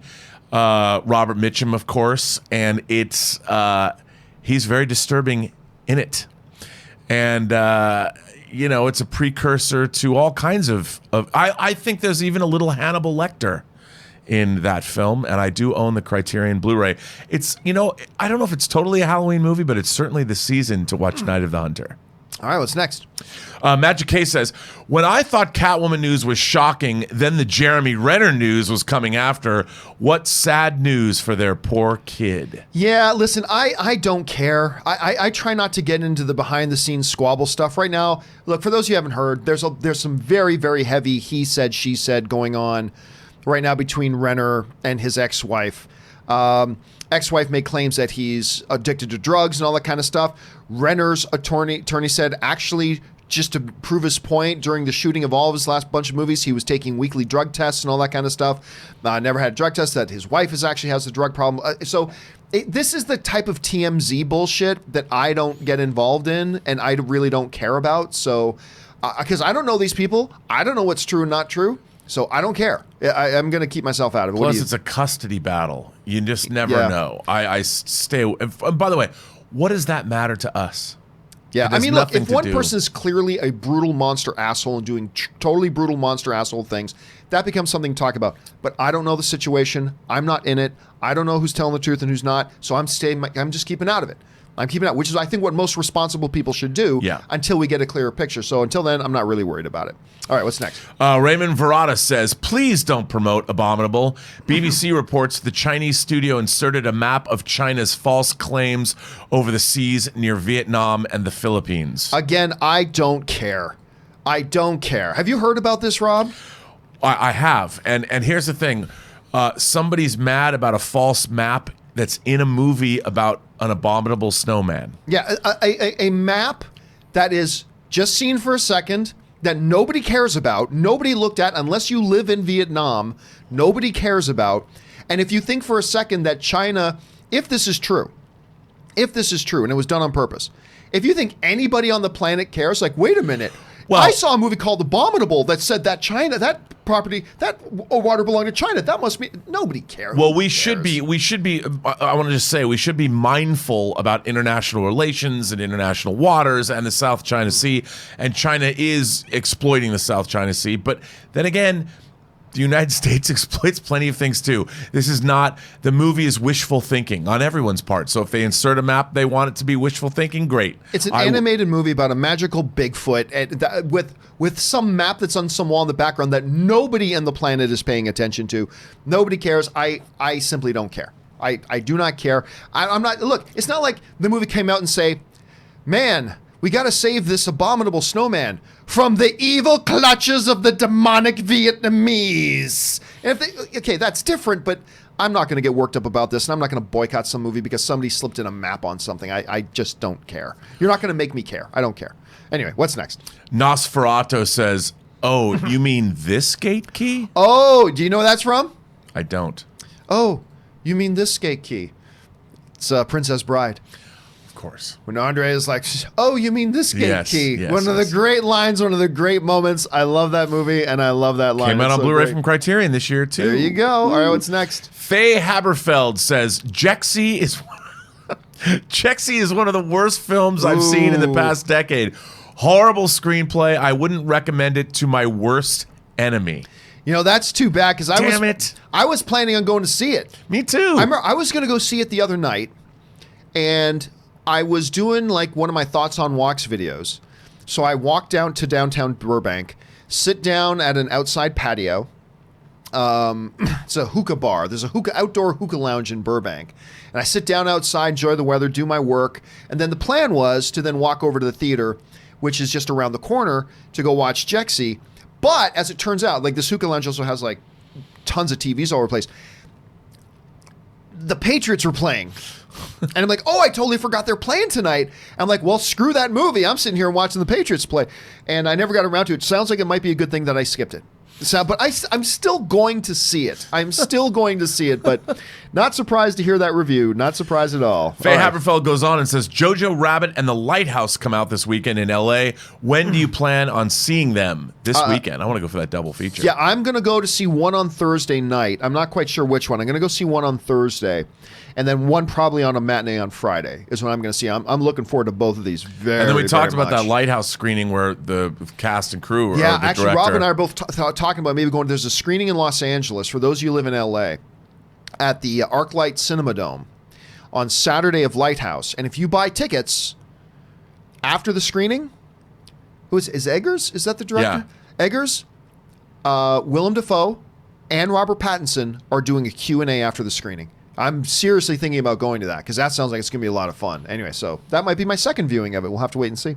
All right, what's next? Raymond Vrod is back.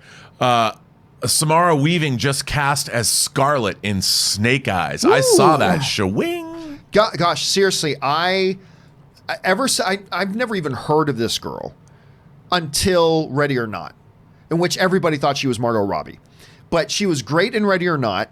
Apparently, she is Agent Smith. Hugo Weaving. Apparently, she's Hugo Weaving's niece. Oh, really? Yeah, somebody, I don't know. These Australians, man, they're taking over. I don't even know if that's 100% true, but somebody mentioned that on the show the other day, and I just kind of believe it, which was, oh my God, the talent runs in that family, because Hugo Weaving is all kinds of awesome. So good. But that'll be interesting. If so, that's coming together. That Snake Eyes project, granted, you know, I'm connected to Hasbro because my wife works there. It's a Hasbro movie. So just so you know, I do have that, but I think this is looking coming together pretty well. All right, what's next? I can't think of a good username. Says it's a bit of a coincidence that Jennifer Aniston is slamming the MCU after Angelina Jolie got cast in a movie. Listen, I thought what Jennifer Aniston said was dumb, but I don't think that had anything to do with it. Besides, it wasn't just as Angelina Jolie got cast. Angelina was announced in Eternals a long time ago. So, no, I don't think there's any connection there whatsoever. I think we're safe there. I don't think there's any connection. All right, what's next? Kyle McCaskill says, going off the Joker movie, Gotham seems to be a city with a large black population, if not 50%. Well, isn't that a good thing? I guess if you say so. I didn't notice that, but okay, whatever, sure. All right, what's next? M. Droscher says, what's the difference between R and NC-17 in the USA? Well, I mean, it's basically this. In a rated R film, minors can go to see it if they're accompanied by an adult. So you can get a 7-year-old going to see Deadpool if their uncle or their aunt or their wife or their mom or their dad or their big brother, significantly bigger brother, whatever. If you're accompanied by an adult, the theaters will let you in. NC-17, no. It doesn't matter if you're accompanied by an adult or not. You've got to be a certain age to get in, period. So that's the fundamental difference. Rob, also the content. Edgy sexual content usually garners an NC-17, more so than even violence. Yeah. All right, what's next? Pablo Diablo says, Aquaman's stepdaughter is Catwoman, Bonet Momoa. It's true. It is true. Is Kravitz? Lisa Bonet is married to Jason Momoa. So, Jason Momoa, Aquaman, is Zoe Kravitz's stepdad. But, no, wait a minute. Back that up a minute. Is Lisa Bonet and Lenny Kravitz related? They were married. Zoe Kravitz is their daughter. Zoe Kravitz is Lisa Bonet's daughter? And yes. I didn't know that. Yes.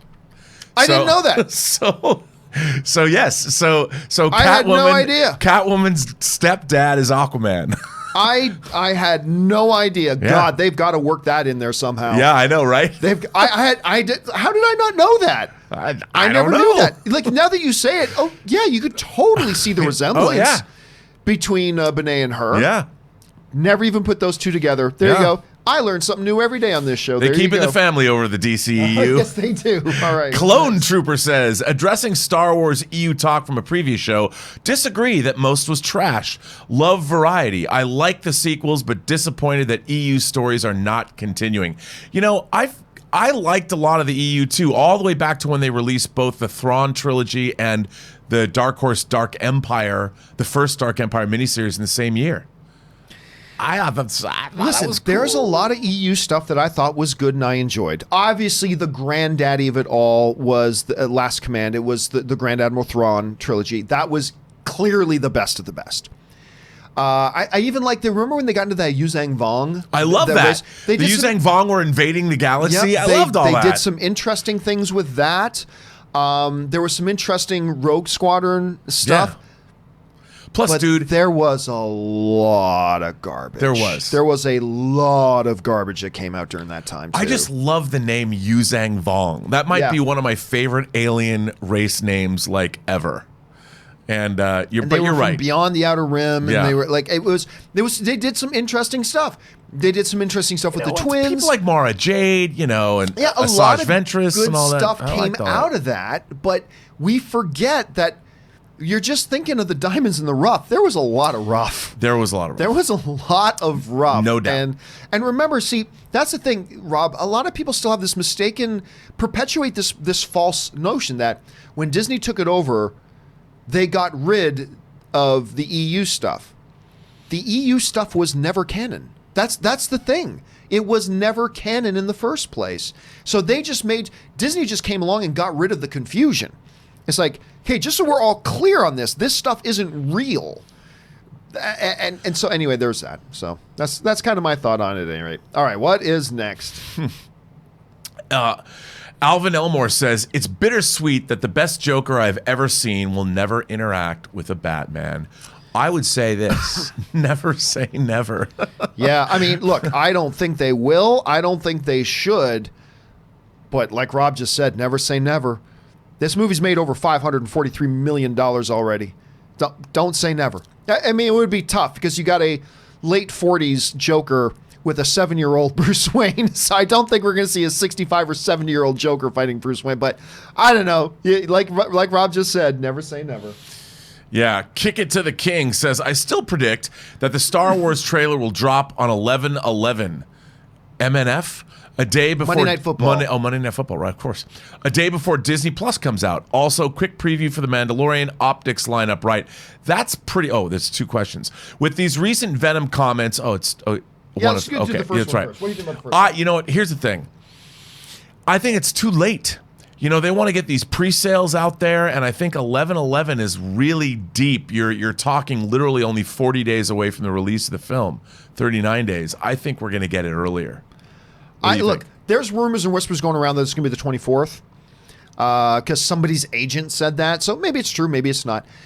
The one thing that the 11/11 has going for it, though, is exactly what Kick It to the King just pointed out. The day before Disney Plus and Mandalorian launches, it is going to be a week of Star Wars fever. So because of that, I think there's some credence to that notion. All right. And you know what? Most movies don't launch their ticket sales more than a month in advance anyway. So it's possible. But that said, I do think it'll be before that. I do. But I believe there's some credibility to this notion that maybe 11 the day before Disney Plus launches. It's still well over a month out from the... we'll see. Maybe. All right, what was the second thing? The second one, I thought he had 2 at once. With these recent Venom, Kick It to the King says again, with these recent Venom comments and Tyrese Gibson's comments about Morbius being in the MCU, we might be getting 2 additional MCU films next year. I don't know about that. No, I don't disagree. think so. No, I think any talk about Venom, this is not going to be in the MCU. I think it'll be outside the MCU. I don't think that's going to be connected with that whatsoever. And they've already got a date for the new Spider-Man film, so... Yeah, I mean, look, again, like Rob and I have just been saying, never say never. It's we're living in crazy times, but I don't think that's likely. All right, what's next? Kyle McCaskill says, as reported by Variety, Hollywood has to have a 30% minority cast because the financial metrics state that makes the most money. It's not about erasing white people. It's never about erasing white people. It's always about money. It ain't show friends. It's not show agenda. It's not show politics. It is show business. Yeah, and it's just being more reflective of the real world. It's funny, Ann and I, we go to the gym every morning. So we got out of the gym this morning. It's like, and it just so happens that today we were like, oh yeah, I don't know if half the people in the gym this morning were white. And because Ann came out and says, I think more people in there today look like me than look like you. I said, I don't know that you're wrong about that. It's just more reflective of the world we actually live in. But whether there's a financial case to be made there, I haven't read this Variety report. And there is no mandate. Nobody has to put a certain percentage of whoever in their movies. Nobody has to do that. That's not a rule. But it's just more reflective of the world we live in, and that will pay off. That will pay off. Anyway, all right, what's next? Carlos Eskimo. Carlos Eskimo says, Eskimo? Yes, of Carlos course. Eskimo? Carlos Eskimo. I must be the only person who's absolutely dying to see the Avatar sequels. I am too. The first one changed my life, and I can't wait to see what it brings to us. I am with you, Carlos Eskimo. Yes, indeed. I loved Avatar. I will admit that to you. I love Avatar. I love Avatar. I own the extended version on Blu-ray. I watch it all the time. I have it in 3D. I love it, and I can't wait. As it became the popular thing to hate on Avatar. Now, granted, it lost its pop cultural footprint after a while, but it was so popular. It was so the zeitgeist. You pointed that out before. It was so unbelievably, the movement of it was crazy, and people forget that. And in recent years, much like Titanic, it's become the cool thing to hate on Titanic. That movie's bloody amazing. It's become the cool thing to hate on Avatar. That movie's really good, and people loved it and was super influential. Do I think they're running late? Yeah. Do I think this Avatar thing should have happened years ago? Yeah. Do I think a new Avatar will hit 2 billion? I'm not convinced of that. But it's going to be big. It's going to be big. So we'll just have to wait and see how all that goes. All right. What's next? Simon Thompson says, one of two. I feel like there's a trend where people try to make fun of a film instead of reviewing it. Not healthy for movie fandom. Many popular review channels are like this today, and I think it's creating a culture that discards merit that a film might have despite problems. Man, I totally agree with you. I don't even understand why there's this attitude to hate on a movie at all. Shouldn't you want to love a movie? Movies are so hard to make. There's so many people that work so hard on them. I would much prefer movies be good than movies be bad. Well, and it goes to something that I've been talking about for a while, Rob. We live in a 10-10-10-0-0-0 culture. I mean, and you just see it all over the place. If a movie's good, this is the best thing ever. Oh my God. And if something is even remotely right, this is the worst thing ever. And everything is 10 out of 10 or 0 out of 0. And that's why I stopped giving scores when I review movies. Right. Because I would see a movie and like it. I think this movie is solid. I think it's good. 7 out of 10. 3 points away from perfect. And I've only given like 6 or 7 10s in my lifetime. What's an example of a 10? What did you say was a 10? Here's an example of a movie I gave a 10 out of 10 to was Amelie. My man, I love Amelie. I gave a 10 out of 10 to Amelie. I gave a 10 out of 10 to Up. Okay. There's a few. You know what? Those are. I can't argue with that. Right. So I give them out very, very rarely, but people throw around 10 out of 10s like it's M&Ms. So I would give a movie a score. I say like 7 out of 10, solid movie. You got the 5, which is the balancing point between like it or didn't like it. Up a couple more notches, 7, solid, right? So I see a movie that I think is pretty damn solid and I quite enjoyed it. Give it a 7 out of 10, and inevitably it was like, oh, so you hated it? Why did you hate that movie, John? Why did you hate it? Yeah, I didn't hate it, but you gave it a 7 out of 10. Why not 10? Why not 10? 10 out of 10. Everything is. That's just the way we live, and there's a lot of people who review movies today. That is that. Every single movie is either the greatest thing ever or it's the worst thing ever. Yeah, I don't understand. And it's infuriating. I mean, I've had more fun with girls in my life that were 7s than I ever had with girls who were 10s. Come on. All right. That was a joke, by the way. All right, what's next? But I think your point's a good point. Tom Gillard says, so how much trouble with Anne are you in after yesterday's show? I hope Rob has a spare couch for you to crash on. I'll be honest with you. Anne had a very busy day yesterday. I don't think she saw the show yesterday. You're off the hook, buddy. So, and I didn't bring it up. And I have no plans on bringing it up and letting people know what I said. So I think I cheated death on that one. J Meister 25 allegations against Jeremy Renner. What? Again, yeah, we talked about that. Yeah, it's a custody battle. Never believe anything. Yeah. Well, all right, what's next? Ben Ellman says, had time to kill and have Regal Unlimited, so I saw Jexy. Kind of stupid, but also kind of funny. I ended up having a good time with it. I love the show. Well, you know what? Isn't it all you can ask from a movie like Jexy? If you had a good time with it, then it did its job, right? I mean, look, I saw the trailers for Jexy. I thought it was the dumbest looking thing, but the entire audiences I was with always laughed at it.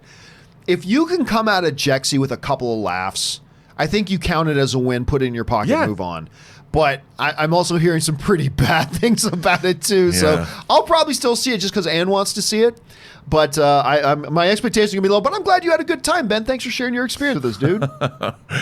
Brandon Blake says, went down a Tarantino interview rabbit hole yesterday. I don't see any way this guy stops after 10 films. He loves it too much. He lives for it. I tend to agree, John. What do you think? Oh, no, absolutely no way. He can say that. Remember when... Steven Soderbergh was going to retire. Yeah, and he's still going. Why am I forgetting Beyonce's husband's name? He's only one of the greatest. Jay-Z. Why did Jay-Z? Remember he retired? Yeah. Sure. So much for that. That was going to last. I mean, look, I believe Quentin Tarantino when he says it. I just don't think he's right. I think he's underestimating himself. I think he might in his head he's thinking, "Yep, I'm going to make 10 and wrap them up." And he's going to do that, and then he's going to sit down on his couch, watch Sports Center, and his finger's going to start twitching. And then he's going to get an idea. And then he's going to go and write the script. And then he's going to do another one. So I believe he's not lying, but I also don't believe for a second that he's done after 10. Or, Soderbergh went and made The Nick. He went into television. Yeah. I could see Tarantino. And he said he will. He said he'll play with some streaming stuff, but he loves motion pictures. Yeah, he does. So, yeah, there you go. What's next? He does. Derek Large says, if they make a sequel to Joker, instead of going the Batman route, what if it was Joker against Gordon and the film was about the fight for the city? It could be cool. Hey, listen, I'll tell you what. The only times Gotham worked as a show, was when it was about James Gordon. When that show was about James Gordon fighting for the soul of the city, that show worked. Unfortunately, they kept getting away from that, going to, look, everybody, this 13-year-old kid, he's going to be Batman. Did you know that? And it just made the show insufferable to watch. But when it was about Gordon, so I'll tell you what, I still don't want them to make a Joker sequel, and I don't think they will. That being said, if they were to do that and it was Joker v. Gordon, yeah, I'd be down for that. I still don't think they should do it at all, but if they were going to do it, that's as good as way as any to do it, I suppose. Yeah. Do you agree? Yeah, absolutely. All right. Be like The Wire. But with Gotham. Yeah. I'd love to see that. The Wire with the Joker. The Wire with Gotham with the Joker. I love it. Love it. Samuel Phoenix says, I feel like we should do a formal goodbye to Chris before every break. I'd like to know where I can follow her social media and work. Seriously? Like I love Chris. I love Chris. But you want to know where to follow her social media and work? It's there every time she's on screen. It's literally there every time she's on screen, right there. There it is. So anyway, so that's I feel bad because she does shows on NerdWire, and I don't know what NerdWire is, nor have I watched it, but now I'm going to do it just because. NerdWire's pretty clever, and she's great on it. Yeah. Chris is really great on NerdWire. She's great. I love her to death. And as a matter of fact, she just got an expanded role on NerdWire. Wow. They just gave her an expanded role on there, but I'm sure that'll come up soon. All right, what's next? JCL Production says, hey, John, I started watching you when I became a filmmaker in 2012. Apparently, he missed Roland Emmerich's Apocalypse. My mom's a director, writer, and I'm a DP editor. We've done 3 films and 18 short films together and started a reel-making business. Well, that's very cool. You've always imparted wisdom about movies, but also following your dreams, and I thank you for that. Check us out if you ever get a chance. Our client work is on our YouTube channel. Thanks. I guess that would be JCL Productions. 3, this one's more gratitude. Just to say this show better stay on forever. You hear me, John and crew. Ever. Laugh out loud. I'm addicted. Well, gosh, thank you so much for that. And that's so cool. It would be interesting to make movies with your mom. I've always found it interesting whenever anybody works with their parents. Yeah. Particularly in a creative endeavor. Yeah. Because whether you're talking about Lawrence Kasdan and his kid, like they write together or so, like that sounds like it would be really neat. That would be really neat. I can't imagine doing like working with my mom. But the idea sounds pretty cool. Yeah, I mean, I think it would be cool too. You know, I've got one of my very, very good friends in the world. His father was an artist, and he's quite an artist now. He builds homes by himself, and that would be a really interesting, because it'd be like an apprentice relationship. You know, like a Padawan master relationship. That'd be cool. But yeah, regarding the whole following your dreams thing, the biggest obstacle standing in people's way of pursuing their dreams is actually pursuing their dreams. Right. It's them. People think about their dreams, but then they don't do anything. My life motto is this: do something every day. You guys have heard me say this 1,000 times. Do something, no matter how big or how tiny, do something every day that moves you a little bit closer to what your goals are. If that means writing an email to somebody that you should touch base with, do that. If it means taking a new course to brush up on a skill that would help you in pursuing your dreams, go do that. Just don't sit on your fucking ass. That's the thing. I always get people asking me about how to pursue dreams, blah, blah, blah. But what they're really asking when I really push them on it is, where's the magic button to press so everything just falls in my lap? The key is for people like JCL who do something about it. You know, you want to be a filmmaker? Okay. You got a cell phone? Get a couple friends together, shoot a 5-minute sketch with your cell phone. It doesn't matter if it sucks. It doesn't matter if it's garbage. It's doing something that'll make you a little bit better at it. Do something. But people want to sit on their ass. That's the biggest thing. I always know that's the biggest thing that stands between me and my stuff. When I look at stuff in my life that I've wanted, that I've fallen short of, it starts with me sitting on my ass. That's when I fall short. Now, you can do everything right in life and still fail, and that's okay. Like, poker analogy. You can have pocket aces, go all in, and you might still lose. That's life. You can do everything right and still fail. But do everything right because you put yourself in a position to succeed, maybe, but it starts with getting off your ass. That's my philosophy. You know, I got a quick one. So, Dear Abby, this columnist I used to read, advice columnist. Everybody used to read. Well, everyone used to. A woman wrote in once and she said, Dear Abby, I want to be a doctor, but I'm 42 years old. If I go through medical school, by the time I'm finished residency, by the time I get out, by the time I'm a doctor, I'll be 50. And you know what Dear Abby's answer was? She said, you're going to be 50 anyway. Ha! That's great. That's You're it. Be 50 anyway. There you go. I mean, it's Elizabeth. My girlfriend just got into Arts Center. She wanted to get her master's in fine arts. She's mother of 2 teenage girls. She got in. She did the work, got in. She's been painting her whole life, and now she's going to get her master's because she wanted to. That's awesome. All right, what's next? DC Marvel says Batman is just too iconic.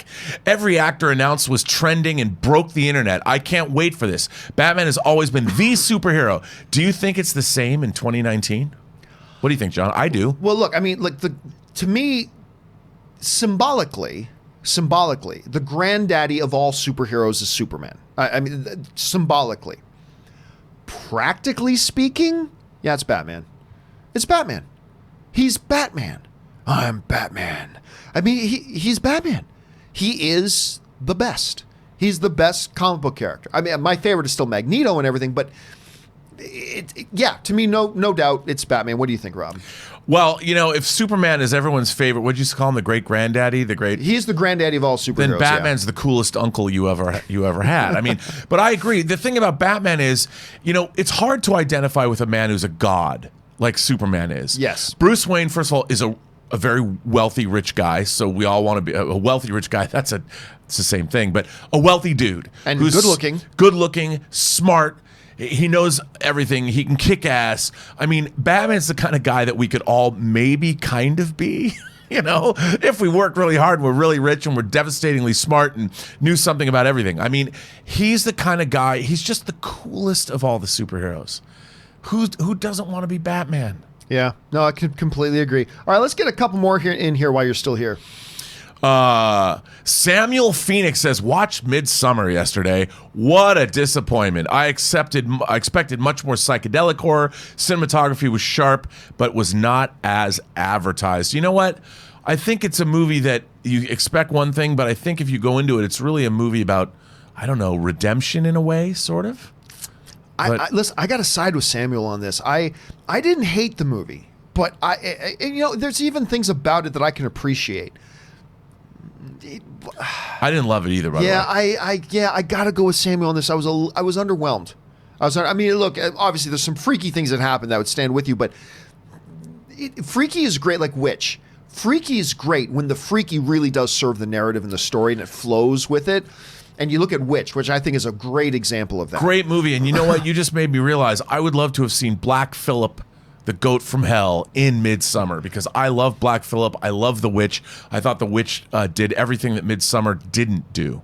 You know, two of the most creepy scenes that seriously makes my spine seize up are the most, like, what you might think are the most innocent little things. Number one, over the past couple of years, the two biggest things that have made my spine freeze. Number one, A Quiet Place. A movie with monsters that rip people apart, but the thing that made my spine seize up was Emily Blunt walking down some wooden stairs, seeing there's a nail exposed in one of them. More than a monster ripping a human being apart, my spine just seized up. I'm like, ah! Crazy. The other one, no face, no monster, not even on camera. You just hear a voice from off camera going, "What dost thou want?" They don't even show the damn goat speaking. All the camera shots on the girl, and all you hear is, "What dost thou want?" And my spine freezed, like just seized right up. What dost thou offer?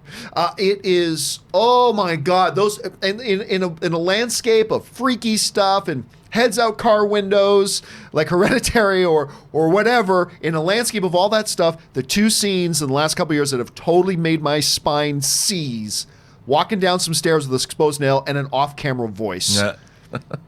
That's some good filmmaking right there. You gotta watch the 8-part Netflix series Marianne. It's a French series. I keep hearing that. It's really good. It's really good. It's a lot of fun. All right, so just two more quick. Nixon Cell says, "You inspire me, John. Thoughts on Breakfast Club? What do you think?" Don't you forget about me. I love Breakfast Club. It's great. It is great. It would even influence Bumblebee. They had a big Breakfast Club scene in Bumblebee. Yep. It influenced. I mean, it was such an influential film. It would be a novelty and it would be for a lark. I would watch I would watch a Breakfast Club reunion because they're all still alive. I don't think the principal is. No. He passed away, right? Yeah, he got the horns forever. But I mean, all the rest of them are still there. Judd Nelson's looking for work, I hear. So why not? It would be really interesting to make a movie about those characters today. Yeah, I'd be down for that. Where are they at? Last one with Rob here. What do we got? Jared Oberfeld says, "Can't wait for Zombieland 2. I work 15 minutes away from the house that stood in for Bill Murray's." Oh my gosh, really? That's hilarious. You know what's funny? Living in LA, Jared, it is crazy. You'd think you'd be used to it by now. But when I'm watching a movie and something pops up that I drive by every day, I still get a big kick out of it. Like I remember watching like Once Upon a Time in Hollywood and Chili John's. They brought the Chili John's restaurant in shot, which is, by the way, still there just like that. It's been around for like 60 years or whatever. But you'd think we just get used to it living in LA, but I don't. As soon as I see something I recognize in a movie, I kind of geek out. Dude, I saw Once Upon a Time in Hollywood sitting in the Cinerama Dome, and then the Cinerama Dome appeared in the movie when I was seeing it. So meta. And there was something, there was something weird and joyful about it I can't even explain.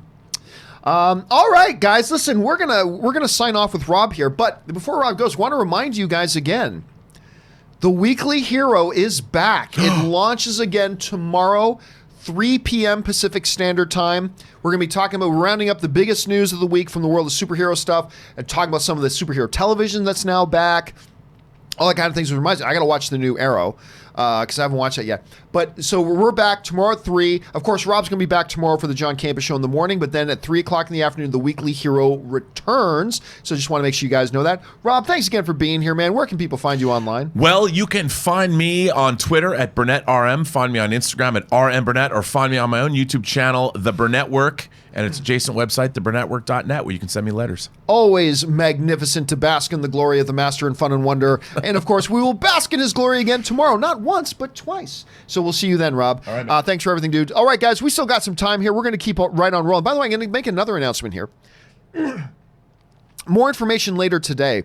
But not only are we relaunching The Weekly Hero, I am also launching another weekly show that's going to be kind of whereas The Weekly Hero just kind of focuses on the biggest, just the from the world of superhero on the movies and television, that's The Weekly Hero. I'm going to be doing another weekly show that's a roundup of all the big stories. So from the worlds of Quentin Tarantino and James Bond and animated and some comic book stuff as well. But it's going to be all the big stories of the week. That's going to be launching as well. That's going to be on Thursdays. I'll give some more details about that a little bit later, but just giving you guys a heads up on that for now. All right. Let's move back on over and keep things rolling here. Now, next one up comes to us from Nikolai Kosman, who writes, "Hey, John, do you think Hulu and HBO Max will launch in Eastern Europe in 2020? We already have Netflix and HBO Go." I would suspect HBO Max will. If HBO Go is already in your market, then I would suspect it will. Hulu, I have no idea. I know they're not even in Canada. Hulu's not even in Canada. So, because when I go up to Canada, I can't watch any of my Hulu shows because they're not there. So I believe Hulu's not there. So I don't know. I don't know when Hulu will be there. But if HBO Go's already there, Nikolai, I will suspect, I can't say for certain, but I'll suspect that HBO Max will be there as well. Intellectual Pizza, I love that name, writes, "Will we start to see shared universe fatigue?" It's like anything else. If they make shared cinematic universe stuff and it's all great, we'll hang in there. But if they start getting crappy, kind of like the Godzilla one has, then we're going to get fatigued by it. I don't think we're there yet, but we're going to need a little bit more time. But it could happen. I know it's already setting in for me a little bit. Teddy Wren writes, "My theater has been showing 20 to 25 minutes of trailers at start time for over 2 years. Don't mind 15 to 20. Once a few months ago, it was 40 minutes. We were late and on time. Crazy." Absolutely crazy. Teddy also follows up and writes, "Once the theater played a Star is Born trailer 5 times." You know what's funny? Here's the thing about that. And first of all, Teddy, I think one of the scourges of the movie-going experience is the fact that they tell us, movie starts at 7:30. The movie doesn't start at 7:30. You sons of bitches. I paid you to come to this theater and sit down and watch a movie that you told me was starting at 7:30. Start the damn movie at 7:30. You want to show trailers and commercials? Show it on your time. Because when 7:30 hits, that's my time that I paid for to be here. You want to show trailers before that? If I get into the theater early, go nuts. That's your time. If I got a 7:30 ticket, then 7:25 is your time. And if I'm in your theater on your time, show trailers, show commercials, knock yourself out. But when 7:30 hits, that's my time. I paid you to have this seat for a 7:30 show. Anyway, that's just me. But listen, with the Star is Born thing, I'm just more amazed with you consider how much automation there is in the movie theater experience now. I'm amazed that stuff like that doesn't happen more often. That's what I'm surprised at. I'm surprised it doesn't happen more often, but that would be hilarious if the same trailer looped 5 times. Luca A. writes, "Apparently Entertainment Weekly talked to the Deadpool writers who said Deadpool will remain R in the MCU. Check it out unless you already saw it." No. Just to be clear, Luca, they did not say it will be rated R and it will be in the MCU. Again, for those of you who weren't here a little bit earlier, what they did say was that Marvel promised they could keep him R, but they don't know if he's going to be in the MCU or not. The writer at this point is saying that the hope is that they'll let us veer into the MCU a little bit, but MCU has given them no assurances. MCU has not told them that they're going to let Deadpool in the MCU yet. They very well might. That could be what happens. But just to be clear right now, no, they are not saying that they are going to be rated R and they are going to be in the MCU. What Paul Wernick said, the writer of Deadpool, is that Marvel has promised us we can keep him rated R, and we hope they'll let us bring him into the MCU, but they don't know yet. So just be very, very clear about that, because that's a very important distinction. All right, Actor Friend 90 just sends in a super chat to be supportive. Thank you so much, Actor Friend 90. We appreciate that, dude. Julie Lilly writes, "Date night idea. My husband and I went to go see the Minnesota Orchestra perform the score to The Empire Strikes Back while the movie played. It was epic." I'll tell you what, Julie, Ann and I do that every year. For more than just Star Wars movies, we've gone to see like Harry Potter, stuff like that. So at the Hollywood Bowl in Hollywood, that's where John Williams does his annual concert. But aside from that, they also have a number of nights. where the orchestra will come, they'll play the movie without the soundtrack, and a live orchestra will play the soundtrack through. They do that for multiple films every single year. It's always fun, particularly if it's a movie you like. And I completely endorse what Julie's saying. Guys, if you get an opportunity to do something like that, it's a great date night. It is absolutely a great date night. Thanks for bringing that up, Julie, and I 100% agree with you. All right, Mr. 47 writes, John, I remember you mentioned an adaptation of Daybreak that you would love to see, and it's coming as a show on Netflix. What are the odds? I don't remember saying anything about Daybreak. Now, Daybreak, if I'm not mistaken, and I might be mistaken, let me pull it up here. Is that the Stallone?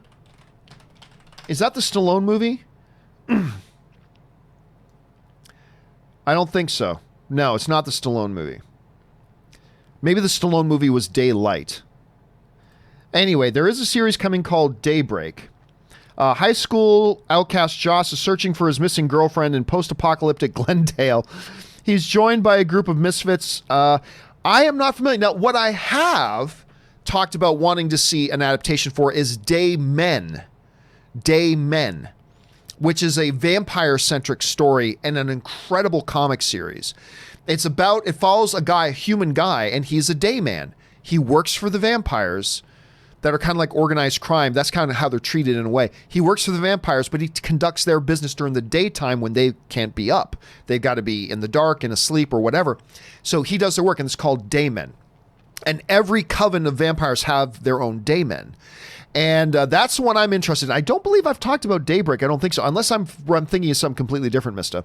All right, Robbie Coakley's sends in a super chat just to be supportive. Thank you so much, Robbie. Appreciate that. Bryce Bradford writes, always geeking out hearing Captain America's Endgame speech. This is the fight of our lives, and we're going to win. Evans definitely is perfect Captain America. He is a great Captain America. And I remember there was a lot of question marks about him when he was cast. And I always remember, because obviously he was already Johnny Storm and stuff like that. And I get it. But when he was cast as Captain America, I remember thinking, you know, he's got that, I mean, I'm a Canadian, but he's got that all-American kind of feel to him. He's got the American boy next door feel to him, which is, I mean, what is Captain America if not that in many ways? And actually, let me pull up one of my favorite pictures that I have. This is one of my favorite pictures. Let me see if I can get this a little bit bigger for you guys. This is one of my favorite pictures. This is literally the first public screening ever of the first Captain America movie. Captain America, the First Avenger. This was the first time they did a public screening of it, and it was at Comic-Con in San Diego. And at that screening, I actually got to be the first person to interview and talk to Chris Evans about the movie at that screening. It was one of my favorite conversations that I've ever had with Chris Evans. He was so great, and I loved him as that man. And he just totally grew into that role. He just totally grew into that movie, man, and into that role. And he just became Captain America. You know what I mean? And you're right. When he gives that speech in that, man, it's chills. Sends chills, Bryce. Sends chills. All right. Dylan Valenti writes, holy shit, I am loving A-List. I've seen 3 movies every week for the past few weeks, and it's awesome. Do you have it? What are you seeing this weekend? Oh, dude, I've had A-List since the day it came out. I have said, and I still believe this, it is the single greatest thing to happen to movie fans. If you live near an AMC. AMC A-List is simply the best thing to ever happen to movie fans. It is absolutely remarkable. What you get for the price you pay is outstanding. Just outstanding. And I love it. And I'm glad other theater chains are now picking up on that. It's fantastic. And yep, I'm using it every week. This week, what's up? It's probably Lighthouse. And what was the other one I said I was going to go see this weekend? Lighthouse, and what was the other one? The Lighthouse is something else. So I'm going to see a couple things this week with it for sure. I'm glad you're enjoying it. Robbie Coakley writes, do you think Birds of Prey is just a Harley Quinn movie, or is it just a marketing strategy? I got a feeling it's a Harley Quinn movie. I think it's going to be a Harley Quinn movie with special guests. Huntress, you know, it's Harley Quinn and friends.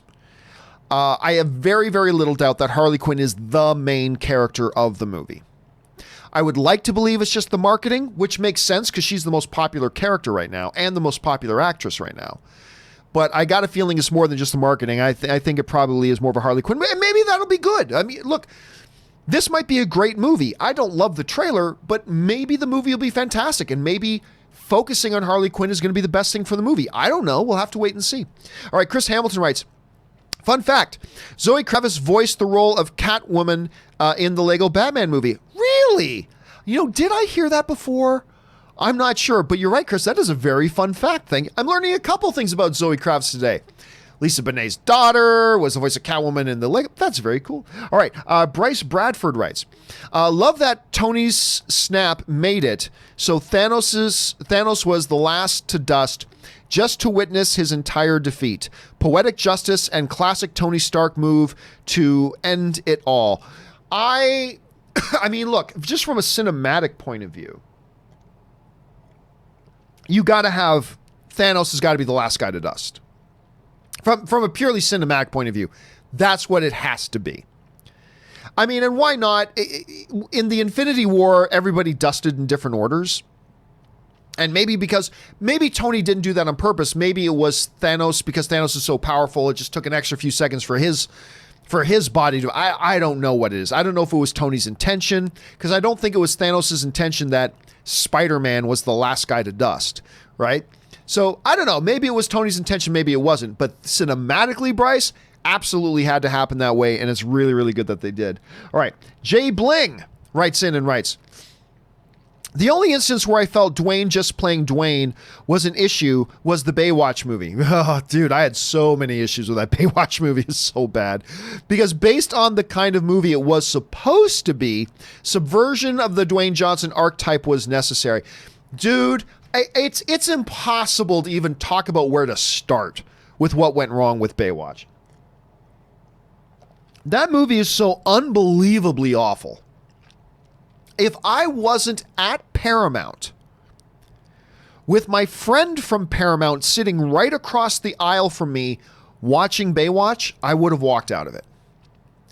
But I was actually on the Paramount lot, and a friend of mine who's one of the reps for Paramount was literally sitting right across the aisle from me.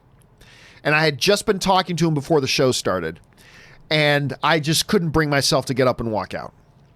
But I would have, and I love Dwayne Johnson. And I love Zac Efron.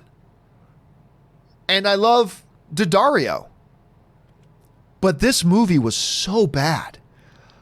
I don't know if you can point to this one's supposed to be a subversion of the DJ. Look, there are so many problems with the movie, I don't even know where to start. That's the thing about it, Jay Bling. Such a disappointing film. All right. Brandon Holm writes, what is the best way to start writing a screenplay? Start writing. That's it. Just start writing gibberish if you have to. You can't steer a parked car. Think about it. You cannot steer a parked car. You have to get the car in motion in order to actually steer it. So just start writing. I know that sounds trite, but it is the most profound thing you're going to hear today. How do you start writing a screenplay? Just start writing. Go back and change it later. Just start writing. That's the best way to start. All right. Croc1513 writes, your name was amazing. Up with the best of Ghibli. Seriously, your name was... I remember that came out in theaters. But the boy and the girl and all that kind of stuff. I still haven't seen it, but I've heard great things about it. I've heard really tremendous things about it, and it looked really beautiful too in that animation style. Let's see. Mr. 47 writes, even Justin Lin has been seen wearing a Justice for Han t-shirt, so they're aware of the issue. Hopefully they address it in the best way possible. Well, we talked about that on the show yesterday. We talked about Justin Lin on set of the new Fast and Furious movie wearing a Justice for Han t-shirt. I think they already did address it. I think how they addressed it in Hobbs and Shaw was the perfect way to address it. Done. Other than that, for me, it's not hashtag Justice for Han. It's hashtag Han had it coming. Anyway, Jake C. writes, struggles of living in MA, is that in Massachusetts? Wait until noon for the John Campea Show. Well, yes, that's right. I guess on the East Coast. We start at 9 a.m. Pacific Standard Time, so that means on the East Coast it means noon. So my apologies, but I don't control the time zones. But thank you for that, Jake. McDavid Deserves Better writes, They're doing pretty good this year, my friend. Hypothetically speaking, which would be more devastating? DC losing the film rights to Batman or Batman? Batman. Never been a billion-dollar Superman film. There have been billion-dollar Batman films. It would definitely be more devastating to lose the film rights to Batman. Then again, they can't lose the rights. They own the company, right? So they can't magically lose the rights. But theoretically speaking, to me, no questions. It would be more devastating to lose the rights to Batman. Jacob Ibarra writes, I know Joker is only a one-off, but I love how it sets up Joker and Batman's rivalry. Bruce won't kill Joker because he knows it's his crazy older brother, and kind of vice versa with Arthur. Well, sorry, Jacob, I'm not going to go. For me to answer that means I have to get into spoilers, and you just kind of did some bullshit yourself. I know you didn't do it on purpose, but you got guys, please think about what you write. Think about what you write on there. Let's see. Timothy Platt writes, the one thing that would make my birthday awesome other than my Nationals making the World Series is a shout out from my favorite movie pundit. I'm going to go out on a limb and hope that that's me. Unless you're asking me to get one of my movie pundit friends to give you a shout out themselves. But anyway, happy birthday to you, Timothy. May you have a glorious, triumphant day of a birthday and a glorious, triumphant year ahead of you as you celebrate this year. Thanks for being here as a part of your birthday, man. We are honored. And again, happy birthday, brother. All right. Matthew Mellar Agno writes, I can't wait for Star Wars Episode 9. I can't wait either, dude. I'm getting very, very excited for both that and for Mandalorian. Like, I'm getting kind of Star Wars nutsed out here because I cannot wait for Mandalorian. Cannot wait for Episode 9. Super stoked about it. Mason Larkins writes, did you see the deleted Spider-Man picture on Tom Hardy's Instagram the other day? You think we'll have a Spider-Man cameo in Venom 2? No, I do not believe. Not with the new deal. I don't think with the new deal you're gonna. I never thought we would get a Spider-Man cameo in Venom 2. It's possible, and who knows if it is Sony's plan to take Spider-Man back after these next two films with the MCU, and if it is Sony's plan to do a Spider-Man Venom crossover, maybe a part of the new deal allows them to have Tom Holland pop up in a cameo, just a cameo. In the new Venom movie. It's possible. I think very, very unlikely, but you never know. Crazier things have happened, dude. All right, Sean S. writes, hey, Campea, happy Canadian Thanksgiving. Well, thank you so much. I think that was yesterday, wasn't it? Anyway, here's my top 5 of all time list. Number 5, Black Hawk Down. Not often put on these lists. Gladiator. The 1990 version of Teenage Mutant Ninja Turtles. Number 2, The Lion King. Number 1, Batman Begins. You know, it's odd. There are people out there who actually, out of all the Christopher Nolan Batman films, actually prefer Batman Begins over The Dark Knight. I think that's crazy talk, but there are a number of people who feel that way. Like, to me, the greatest Christopher Nolan Batman film is The Dark Knight. It's, to many people, a lot of people consider that to be the greatest comic book movie of all time. But there are more people than you might think out there who really love Batman Begins, and we'll put that one higher. And you, Sean S., happen to be one of those people. Thank you so much for sharing your thoughts on that, brother. All right, Comic Doctor writes, John, will you ever be a guest on Robservations? Ever? Maybe. Here's the trick. I don't even know when Rob does his show. I think he kind of does his show very sporadically, and I don't know. It's tough because I am working all day. Like, I work all day and usually well into the night. So I'm not sure. Plus, Robservations, it's not a guest show, really. I'm not saying he's never going to have guests, but I mean, Robservations is Rob. You know, it's him and his observations. So I don't know if me being on the show would even be good for his show, to be honest. But never say never. It'll probably happen at some point, maybe. Holland Love writes, over under 51%, Aaron Cummings pops up on The Walking Dead. I can't answer that. That would be unfair. I can't answer that. By the way, did you see her on... she was on All Rise again last night, and she's shooting her new... By the way, she has made it public now, so I can tell you, Erin Cummings is right now in Atlanta. The reason you haven't seen Erin on the show for a couple of weeks, and you're not going to see her for another couple of weeks, is because she's in Atlanta shooting Dynasty. She's on this new season of Dynasty. She's been out there shooting all that kind of stuff. She's got All Rise right now on CBS. She's shooting for Dynasty right now. It's a busy year. She was on Flash earlier this year. I mean, it's been a busy year for her, but I cannot comment on that overall, Hullet, unfortunately. James Mutombo writes, Shriek in Venom 2, according to Deadline. Yep, I read about that a little bit earlier. Not worth a news story, but apparently Shriek, who in the comics is sometimes a love interest of Carnage, they're saying that Shriek's going to be in it too. So there you go. Thanks for pointing that out, James. Stubble McShave writes, Jim Butcher's The Dresden Files, featuring flying monkey demons, flying exploding incendiary poop. I never knew they were part of AMC's HR department. I am not familiar with The Dresden Files. But yeah, man, look, I liked many things about working with AMC theaters.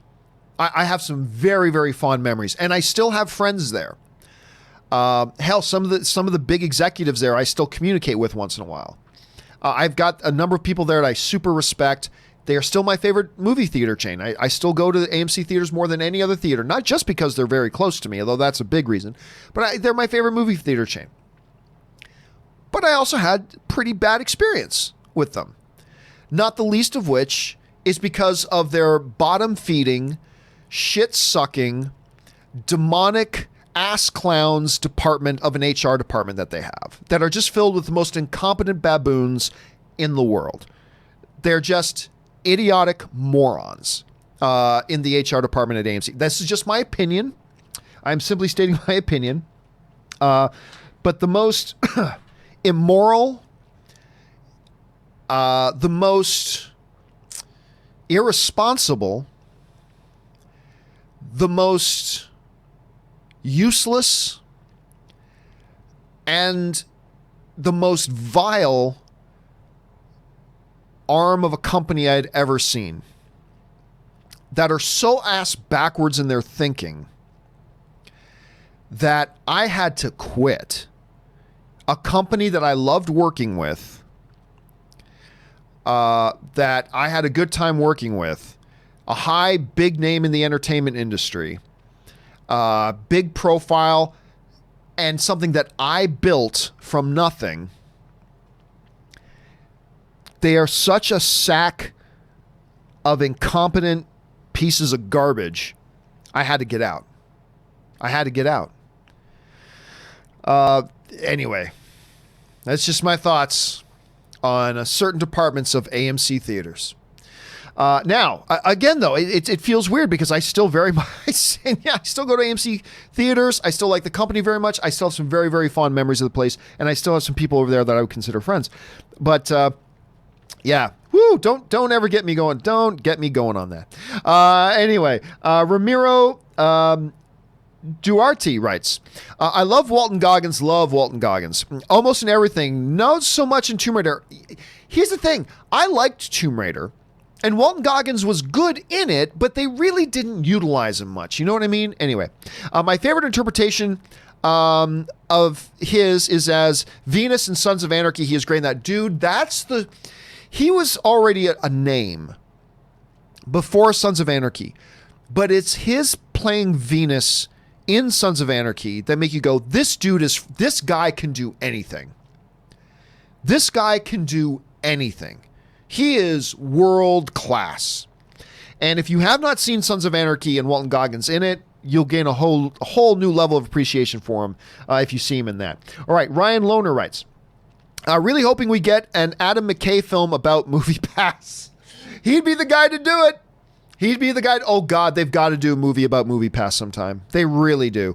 I don't know if it would be interesting to a lot of people. I don't know if a lot of people care about a movie about MoviePass, but those of us who are film fans and those of us who had MoviePass, we'd be lining up to see it, wouldn't we? I know I'd be lining up to see it. I'm totally with you on that, Ryan. All right, Double Crit writes, I think they should have just done Gemini Man in 60 frames per second 2D. The high frame rate looks cool, made the rubbery CGI movement look less off-putting. Look, I don't know why they do these things, and I don't know why 3D exists. I really don't. It's so stupid. 3D is a useless gimmick. Now, that doesn't mean they couldn't evolve the technology and make it something really beneficial later, but right now, 3D is a useless gimmick. I really wish I could have watched my screening of Gemini Man in 2D, particularly with the high frame rate and all that kind of stuff. It would have been interesting to see, but unfortunately, I had to walk into this theater to this grand projection of this high frame rate, and the first thing I had to do was put tinted film over my eyes. Thanks a lot. Ruined the image for me. I still, don't get me wrong, I was still able to appreciate the movie, but God, I just want 3D to go. Look, 3D doesn't have to go away. I just hope I wish they would not do press screenings where you're forced to watch it in 3D. That's the only thing that pisses me off.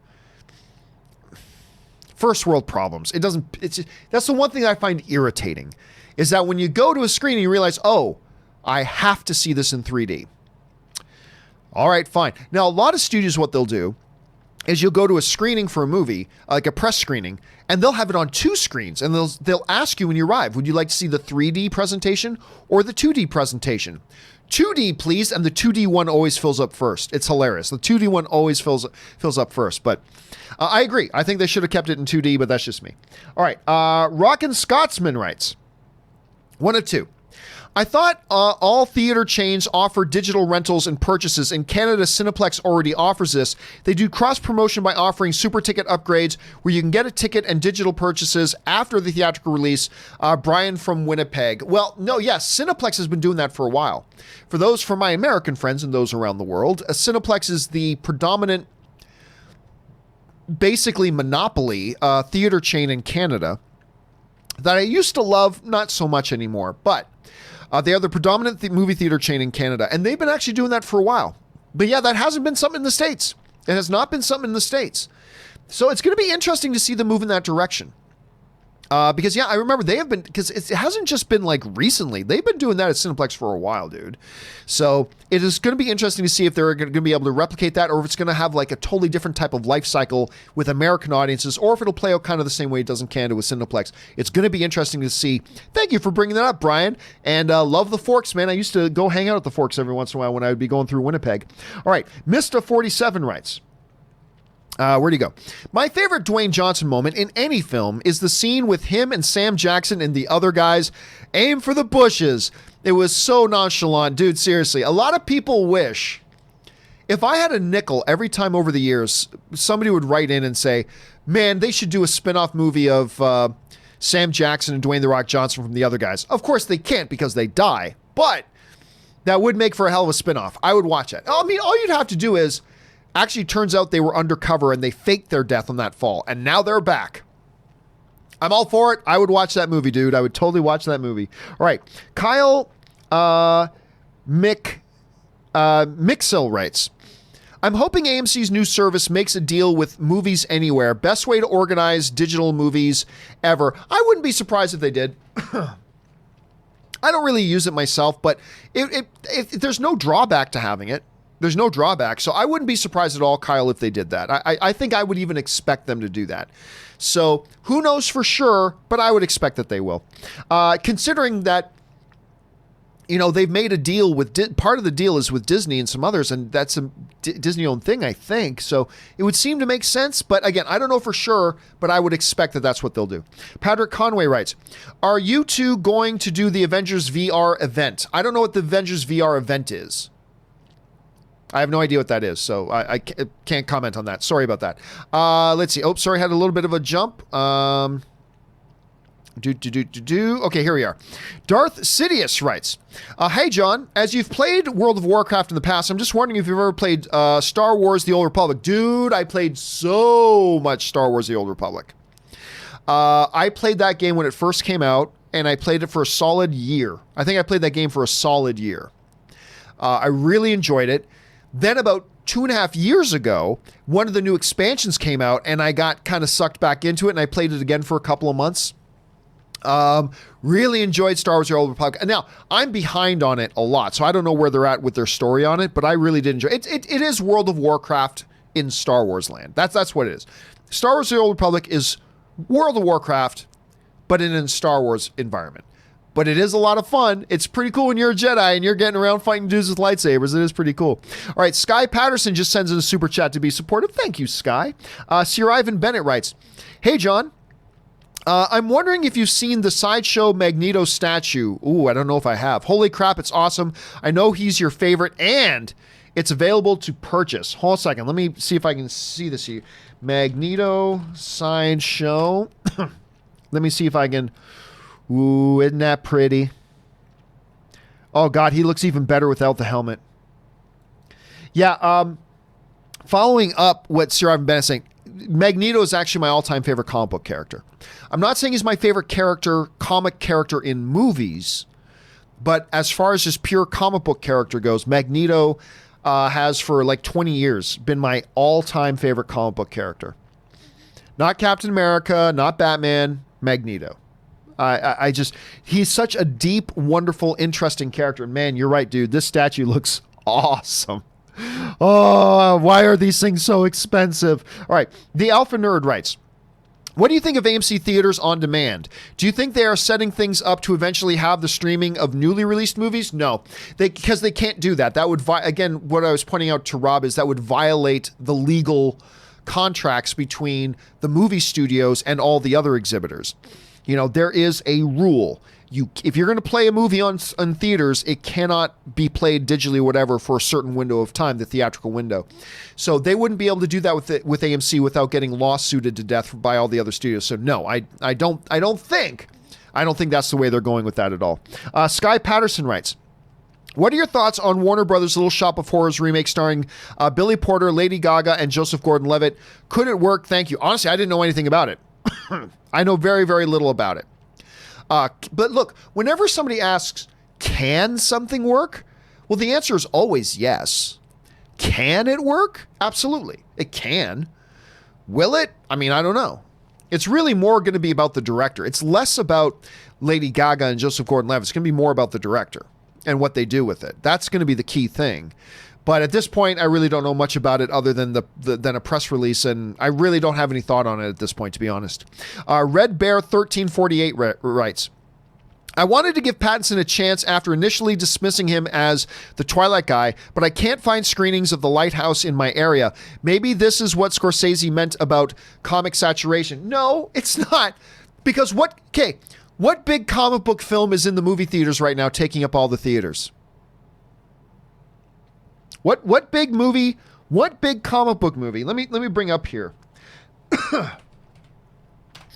What big comic book movie is taking up all the theaters right now? Because here's the thing. Joker's on 4,000 screens, but Addams Family's on 4,000 screens. Gemini Man is on 3,600 screens. Abominable is on 3,400 screens. Downton Abbey is on 3,000 screens. Hustlers is on 2,300 screens. Judy is on 1,600 screens. It Chapter 2 in its 6th week is on 2,300 screens. Jexy, the piece of garbage, is on 2,300 screens. Ad Astra is on 1,600 screens. Rambo Last Blood is on 1,800 screens. The Lion King in its 13th week is still on 1,600 screens. Alien 40th anniversary is on 670. The basic thing is this. The comic book movies aren't keeping Lighthouse out of the theaters. That's the point. Right? Yeah, Joker's on 4,300 screens right now. But guess what? There's 10, 15, 16, 17, 18, 19, 20, 21, 20. There's around 30,000 other screens. 30,000 other screens. How come it's not on those? Because the studio is limited releasing it because they know that Lighthouse is not going to do blockbuster big numbers at the box office. It's not. It's a small movie. It's going to get a small number of people that are interested in it, and they know that. So they're going to roll it out with a limited release. They'll expand it a little bit. But, you know, just Joker being in movie theaters right now is not keeping Lighthouse out of theaters. There's plenty of screens to go around. Plenty of screens to go around. By the way, and if you want to give Robert Pattinson a shot, dude, there's a lot of other movies you can watch at home right now that will really highlight a good time, High Life. Pardon me. The Rover. There's many great Robert Pattinson performances out there that if you're trying to see some, see that, and then go see Lighthouse when they expand their release a little bit more into some more territories. All right, Nick writes, Never Surrender, a Galaxy Quest documentary trailer.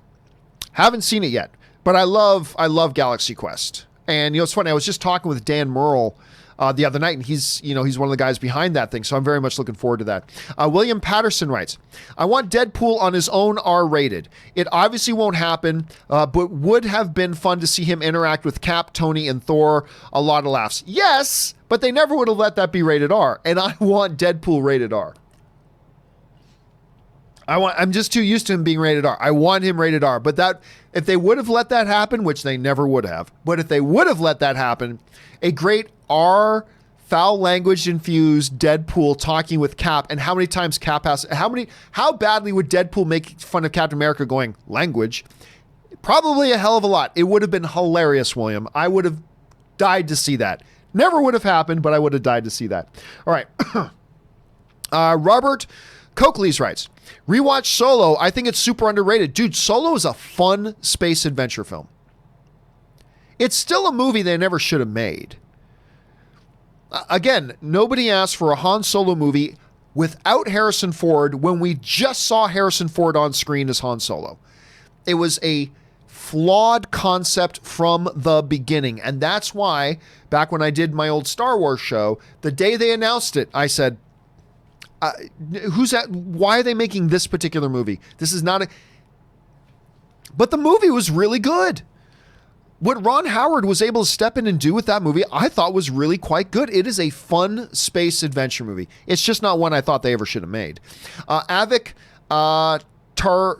Tarafter writes, love Joker, but should they make similar movies? Well, I think here's the problem. There is a risk whenever a movie comes out that's really different, then everybody wants to go make more movies just like that. But what made that movie special was that it was totally unique and different. Now do all types of other movies that are just like that one. Isn't that kind of counterintuitive? I don't think they should. I think they should make each movie individually and do what's best for that individual character in an individual movie. Valhalla Erickson writes, with the success of Joker, which DC villain do you think can carry their own film? Not many. Not many. None, almost. I think Joker is like the one guy you can really do that with. Maybe Lex Luthor, maybe. But to me, it doesn't go much farther than just Joker. But look, you can make anything work. You can make anything work. They made a movie about Legos work. You can do a movie about Felipe, the sentient dancing microphone.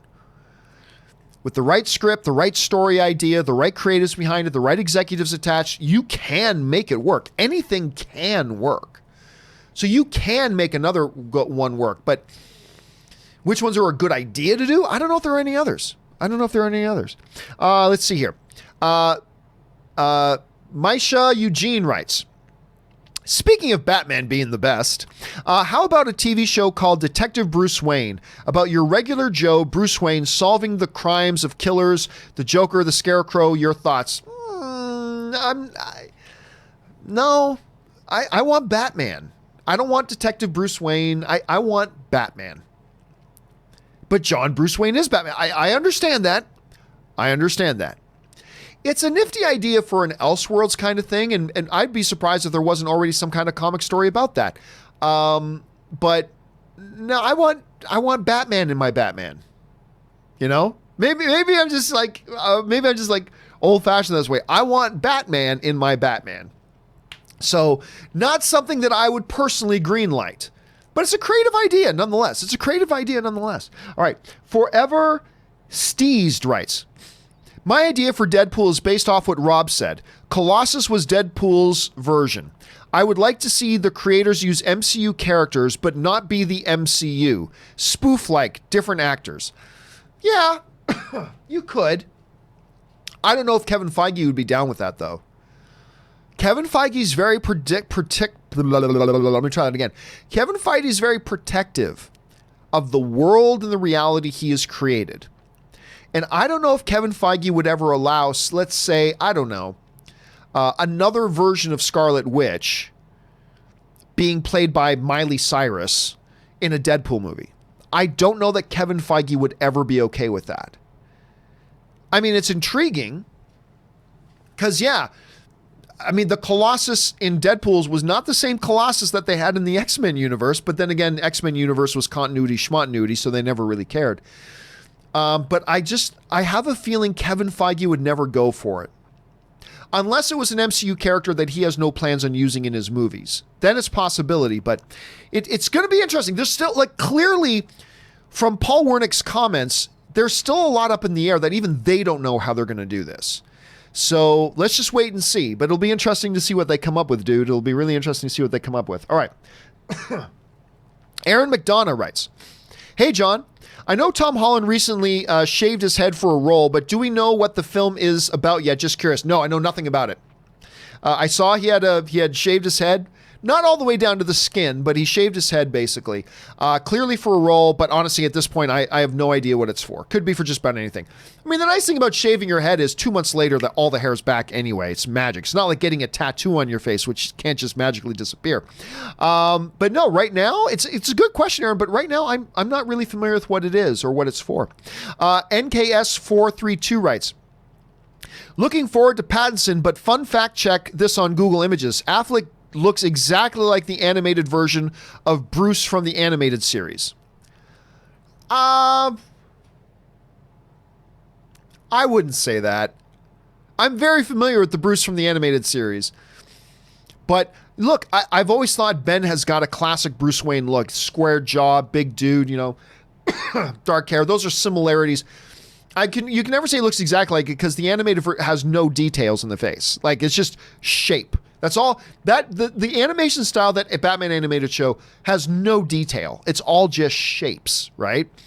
So I don't know that I'd say it looks exactly like him. But I do. Look, I still lament NKS. I lament that we don't have Ben Affleck as Batman anymore. I wanted to see more Ben Affleck as Batman. But I'm thrilled they've got Robert Pattinson. I think he's going to do a great job. But yeah, in a perfect world, I would have still liked to have had Ben Affleck, but that's just me. All right. Emad writes, let's see here. Emad writes, "Tom Hanks agrees to meet Anne on one condition. You have to take AMC's human resources folks out for dinner and have them on the show for one day. What will it be?" I would do it. You gotta understand, it's not much I wouldn't do for my wife. And her biggest dream is to meet Tom Hanks. I've been able to introduce her to a lot of her favorite movie stars. I have never been able to introduce her to her all-time ultimate favorite human being, which is Tom Hanks. Somehow, some way, someday, I'll figure out a way to make that happen. But, and I would do anything.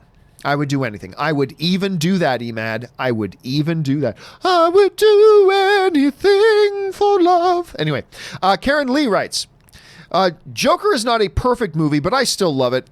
I'll put it into my top 3 comic book movies, below The Dark Knight, equal to Logan, above Winter Soldier, and The Dark Knight Rises." Yeah, Dark Knight Rises isn't even my top 10 or top 15, but yeah, I have Logan above it. I do have Logan above it myself. And you're right, it's not a perfect movie. They do some things that are a little bit on the nose, and there's some things they do that we could telegraph from a mile away, but it's just so profound.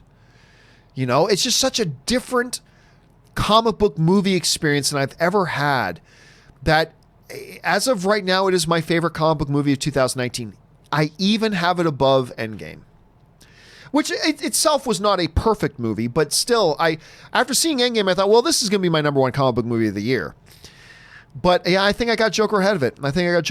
All right. Jake Dagen Ace? I'm sure I'm butchering that name, Jake. Forgive me, brother. All right, I'm just wondering why we are caring about someone's opinion so much. Scorsese. Just let the guy say what he wants. I don't understand why it's such a big deal. I think because, here's the thing, Jake. The thing about number one, Scorsese isn't some random nobody, right?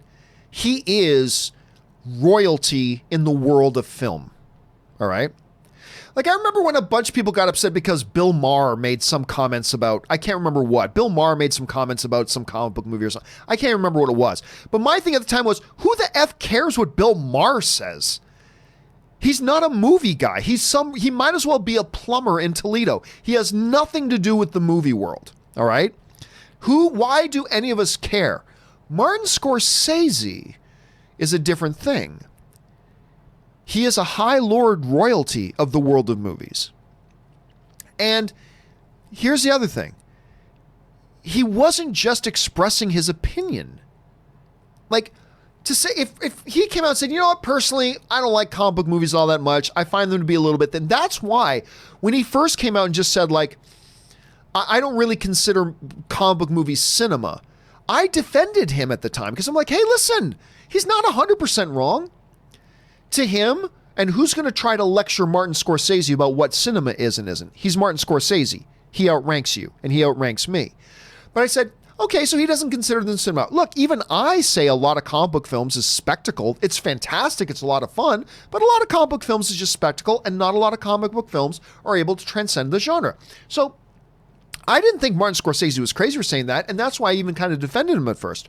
But the fact that he's carried on, and he's now he's no longer just sharing an opinion about the movies. He's campaigning. He is campaigning against the comic book genre, calling comic book movies invading, implying they're unwelcomed. We don't want them here. They have no place here. They're invading. We're being invaded by comic book movies. And saying we need movie theaters to nudge some of those comic book movies out to make more room for my movies. Like, he's gone beyond just sharing an opinion, which he totally should be able to just share his opinion. And I may or may not agree with his opinion, but I'll defend his right to have that opinion.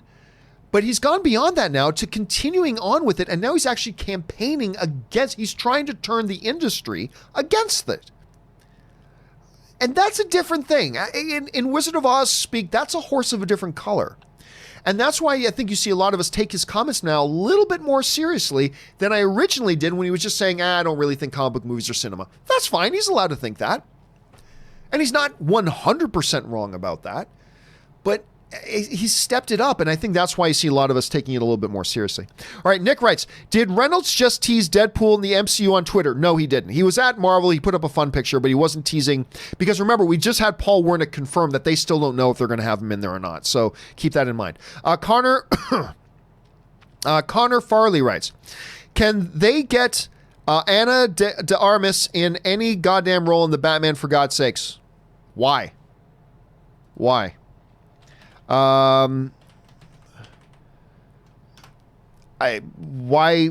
should they put her in Batman? I mean, she's beautiful and everything, but why does she need to be in Batman? I don't get it. Anyway, Nick writes, Venom 2 news. Carnage isn't the only villain. Well, look, I mean, yeah, Shriek is probably going to be in there. Not really news. In very, very few movies is there just one isolated bad guy. There's always some supporting characters around. Sometimes we recognize the name of the supporting character, sometimes we don't. But it's I don't really know if I could consider that big news myself. Jake Ayer writes, Happy Taco Tuesday, John. Thank you so much. Do you and Harloff have any plans to work together in the future? I thought I heard about something the other day. No, like, the thing is, Christian is now... He's leaving the place he's been at for a while, and he's now got this thing called the SEN, or the Schmoes Entertainment Network that he's doing. Look, what I'm 100% sure of is that at some point you will see he and I, look, Chris and I have remained friends over the years. We always have. We still go to screenings together. We go to have lunch every once in a while, and we have talked about the fact that, hey, yeah, now that I've always said, as long as he is still working at the previous place, I just want to make sure, like, not trying to offend anybody. She said, I want to make sure I keep very clear lines very clear walls between what I'm doing now, so there's no confusion, versus, the last place that I worked. And so I've not wanted to do anything with anybody that's still associated with that place, just because I don't want there to be any confusion. That's all. It's just simple matter of perception and confusion. That's it. And so as long as Christian was still there, I couldn't do anything with him because I didn't want there to be any perception confusion or anything like that. But he and I have talked about the fact that, now that he's not there, that we got to try to do some stuff together. And I'm sure you will. I'm sure at some point you will see us doing something. But what? I'm not sure. Have to keep your eyes open for that. All right. Last question of the day. And you can tell I'm coughing a little bit more. So last question, then I'll give my voice a little bit of a break. Feige just got promoted to COO or CCO according to Deadline. Really? I'm telling you, he's going to take over. I'm telling you, he's going to take over Alan Horn's job. Hold a second. Kevin, let me look this up. Feige, let's see what is being said here. Kevin Feige is now the chief creative officer of Marvel. Okay, I thought there was going to be like of Disney Pictures or something. All right. I mean, I guess that's a promotion in a way, in a name only. It says here in the article, as COO of Marvel, he is responsible for the overall creative direction of Marvel storytelling and content. Guess what? He already was. So I guess they're giving him a promotion in title, but he was already, as the president of the company, he was already completely in control of the creative direction of the thing. So, I mean, he's still reporting. Like, as president of Marvel, he only reported to one person, and that's Alan Horn. He reported directly to Alan Horn. He had nobody else above him that he reported to. He reported to Alan Horn. Now that he has this promotion, he still only reports to Alan Horn. So nothing's really changed. So, okay, they gave him a new letters in front of his name, but I don't think that fundamentally really changes anything. NKS writes, what happened to McFarlane's Spawn movie? I think he's realizing it's harder to make a movie than he thinks. And that as somebody who's never made a movie, he's shocked right now that financiers aren't lining up to just give him money to make whatever movie he wants without any oversight. So I got a feeling this movie's never going to happen. It still might. It still very well might. I'm just saying right now, I'm kind of getting the feeling that maybe it won't happen. But we'll have to wait and see. All right, guys. That will do it for me for this installment of the John Campea Show. Guys, thank you so much for being here and being a part of it. Again, keep your eyes open a little bit later this afternoon. I'm going to have some more. I'm going to put up a video a little bit later this afternoon talking about more about this new weekly show I'm going to be doing. Pardon me, this kind of a weekly wrap-up of stuff. Keep your eyes open for that. Guys, thank you to Robert Meyer Burnett for being here today. Thanks to all of you for being here and being a part of the film fan community. And a special thank you to all of you guys who sent in the questions, not just because you gave us great fun things to talk about, but also because you supported the channel along the way as you did it. Just to let you guys know, for those of you guys who are Patreon supporters and members of the Discord server, we are going to be doing a John Campea Show post-show chat over there in about 15 minutes. So about 15 minutes after we sign off here, I'm going to be over there in the Discord server with you guys to have a little bit of a post-show chat. Just come on over and join us there. That will do it for me for now, guys. Don't forget, we'll be back again tomorrow. My name is John Campea, and until next time, my friends, bye-bye.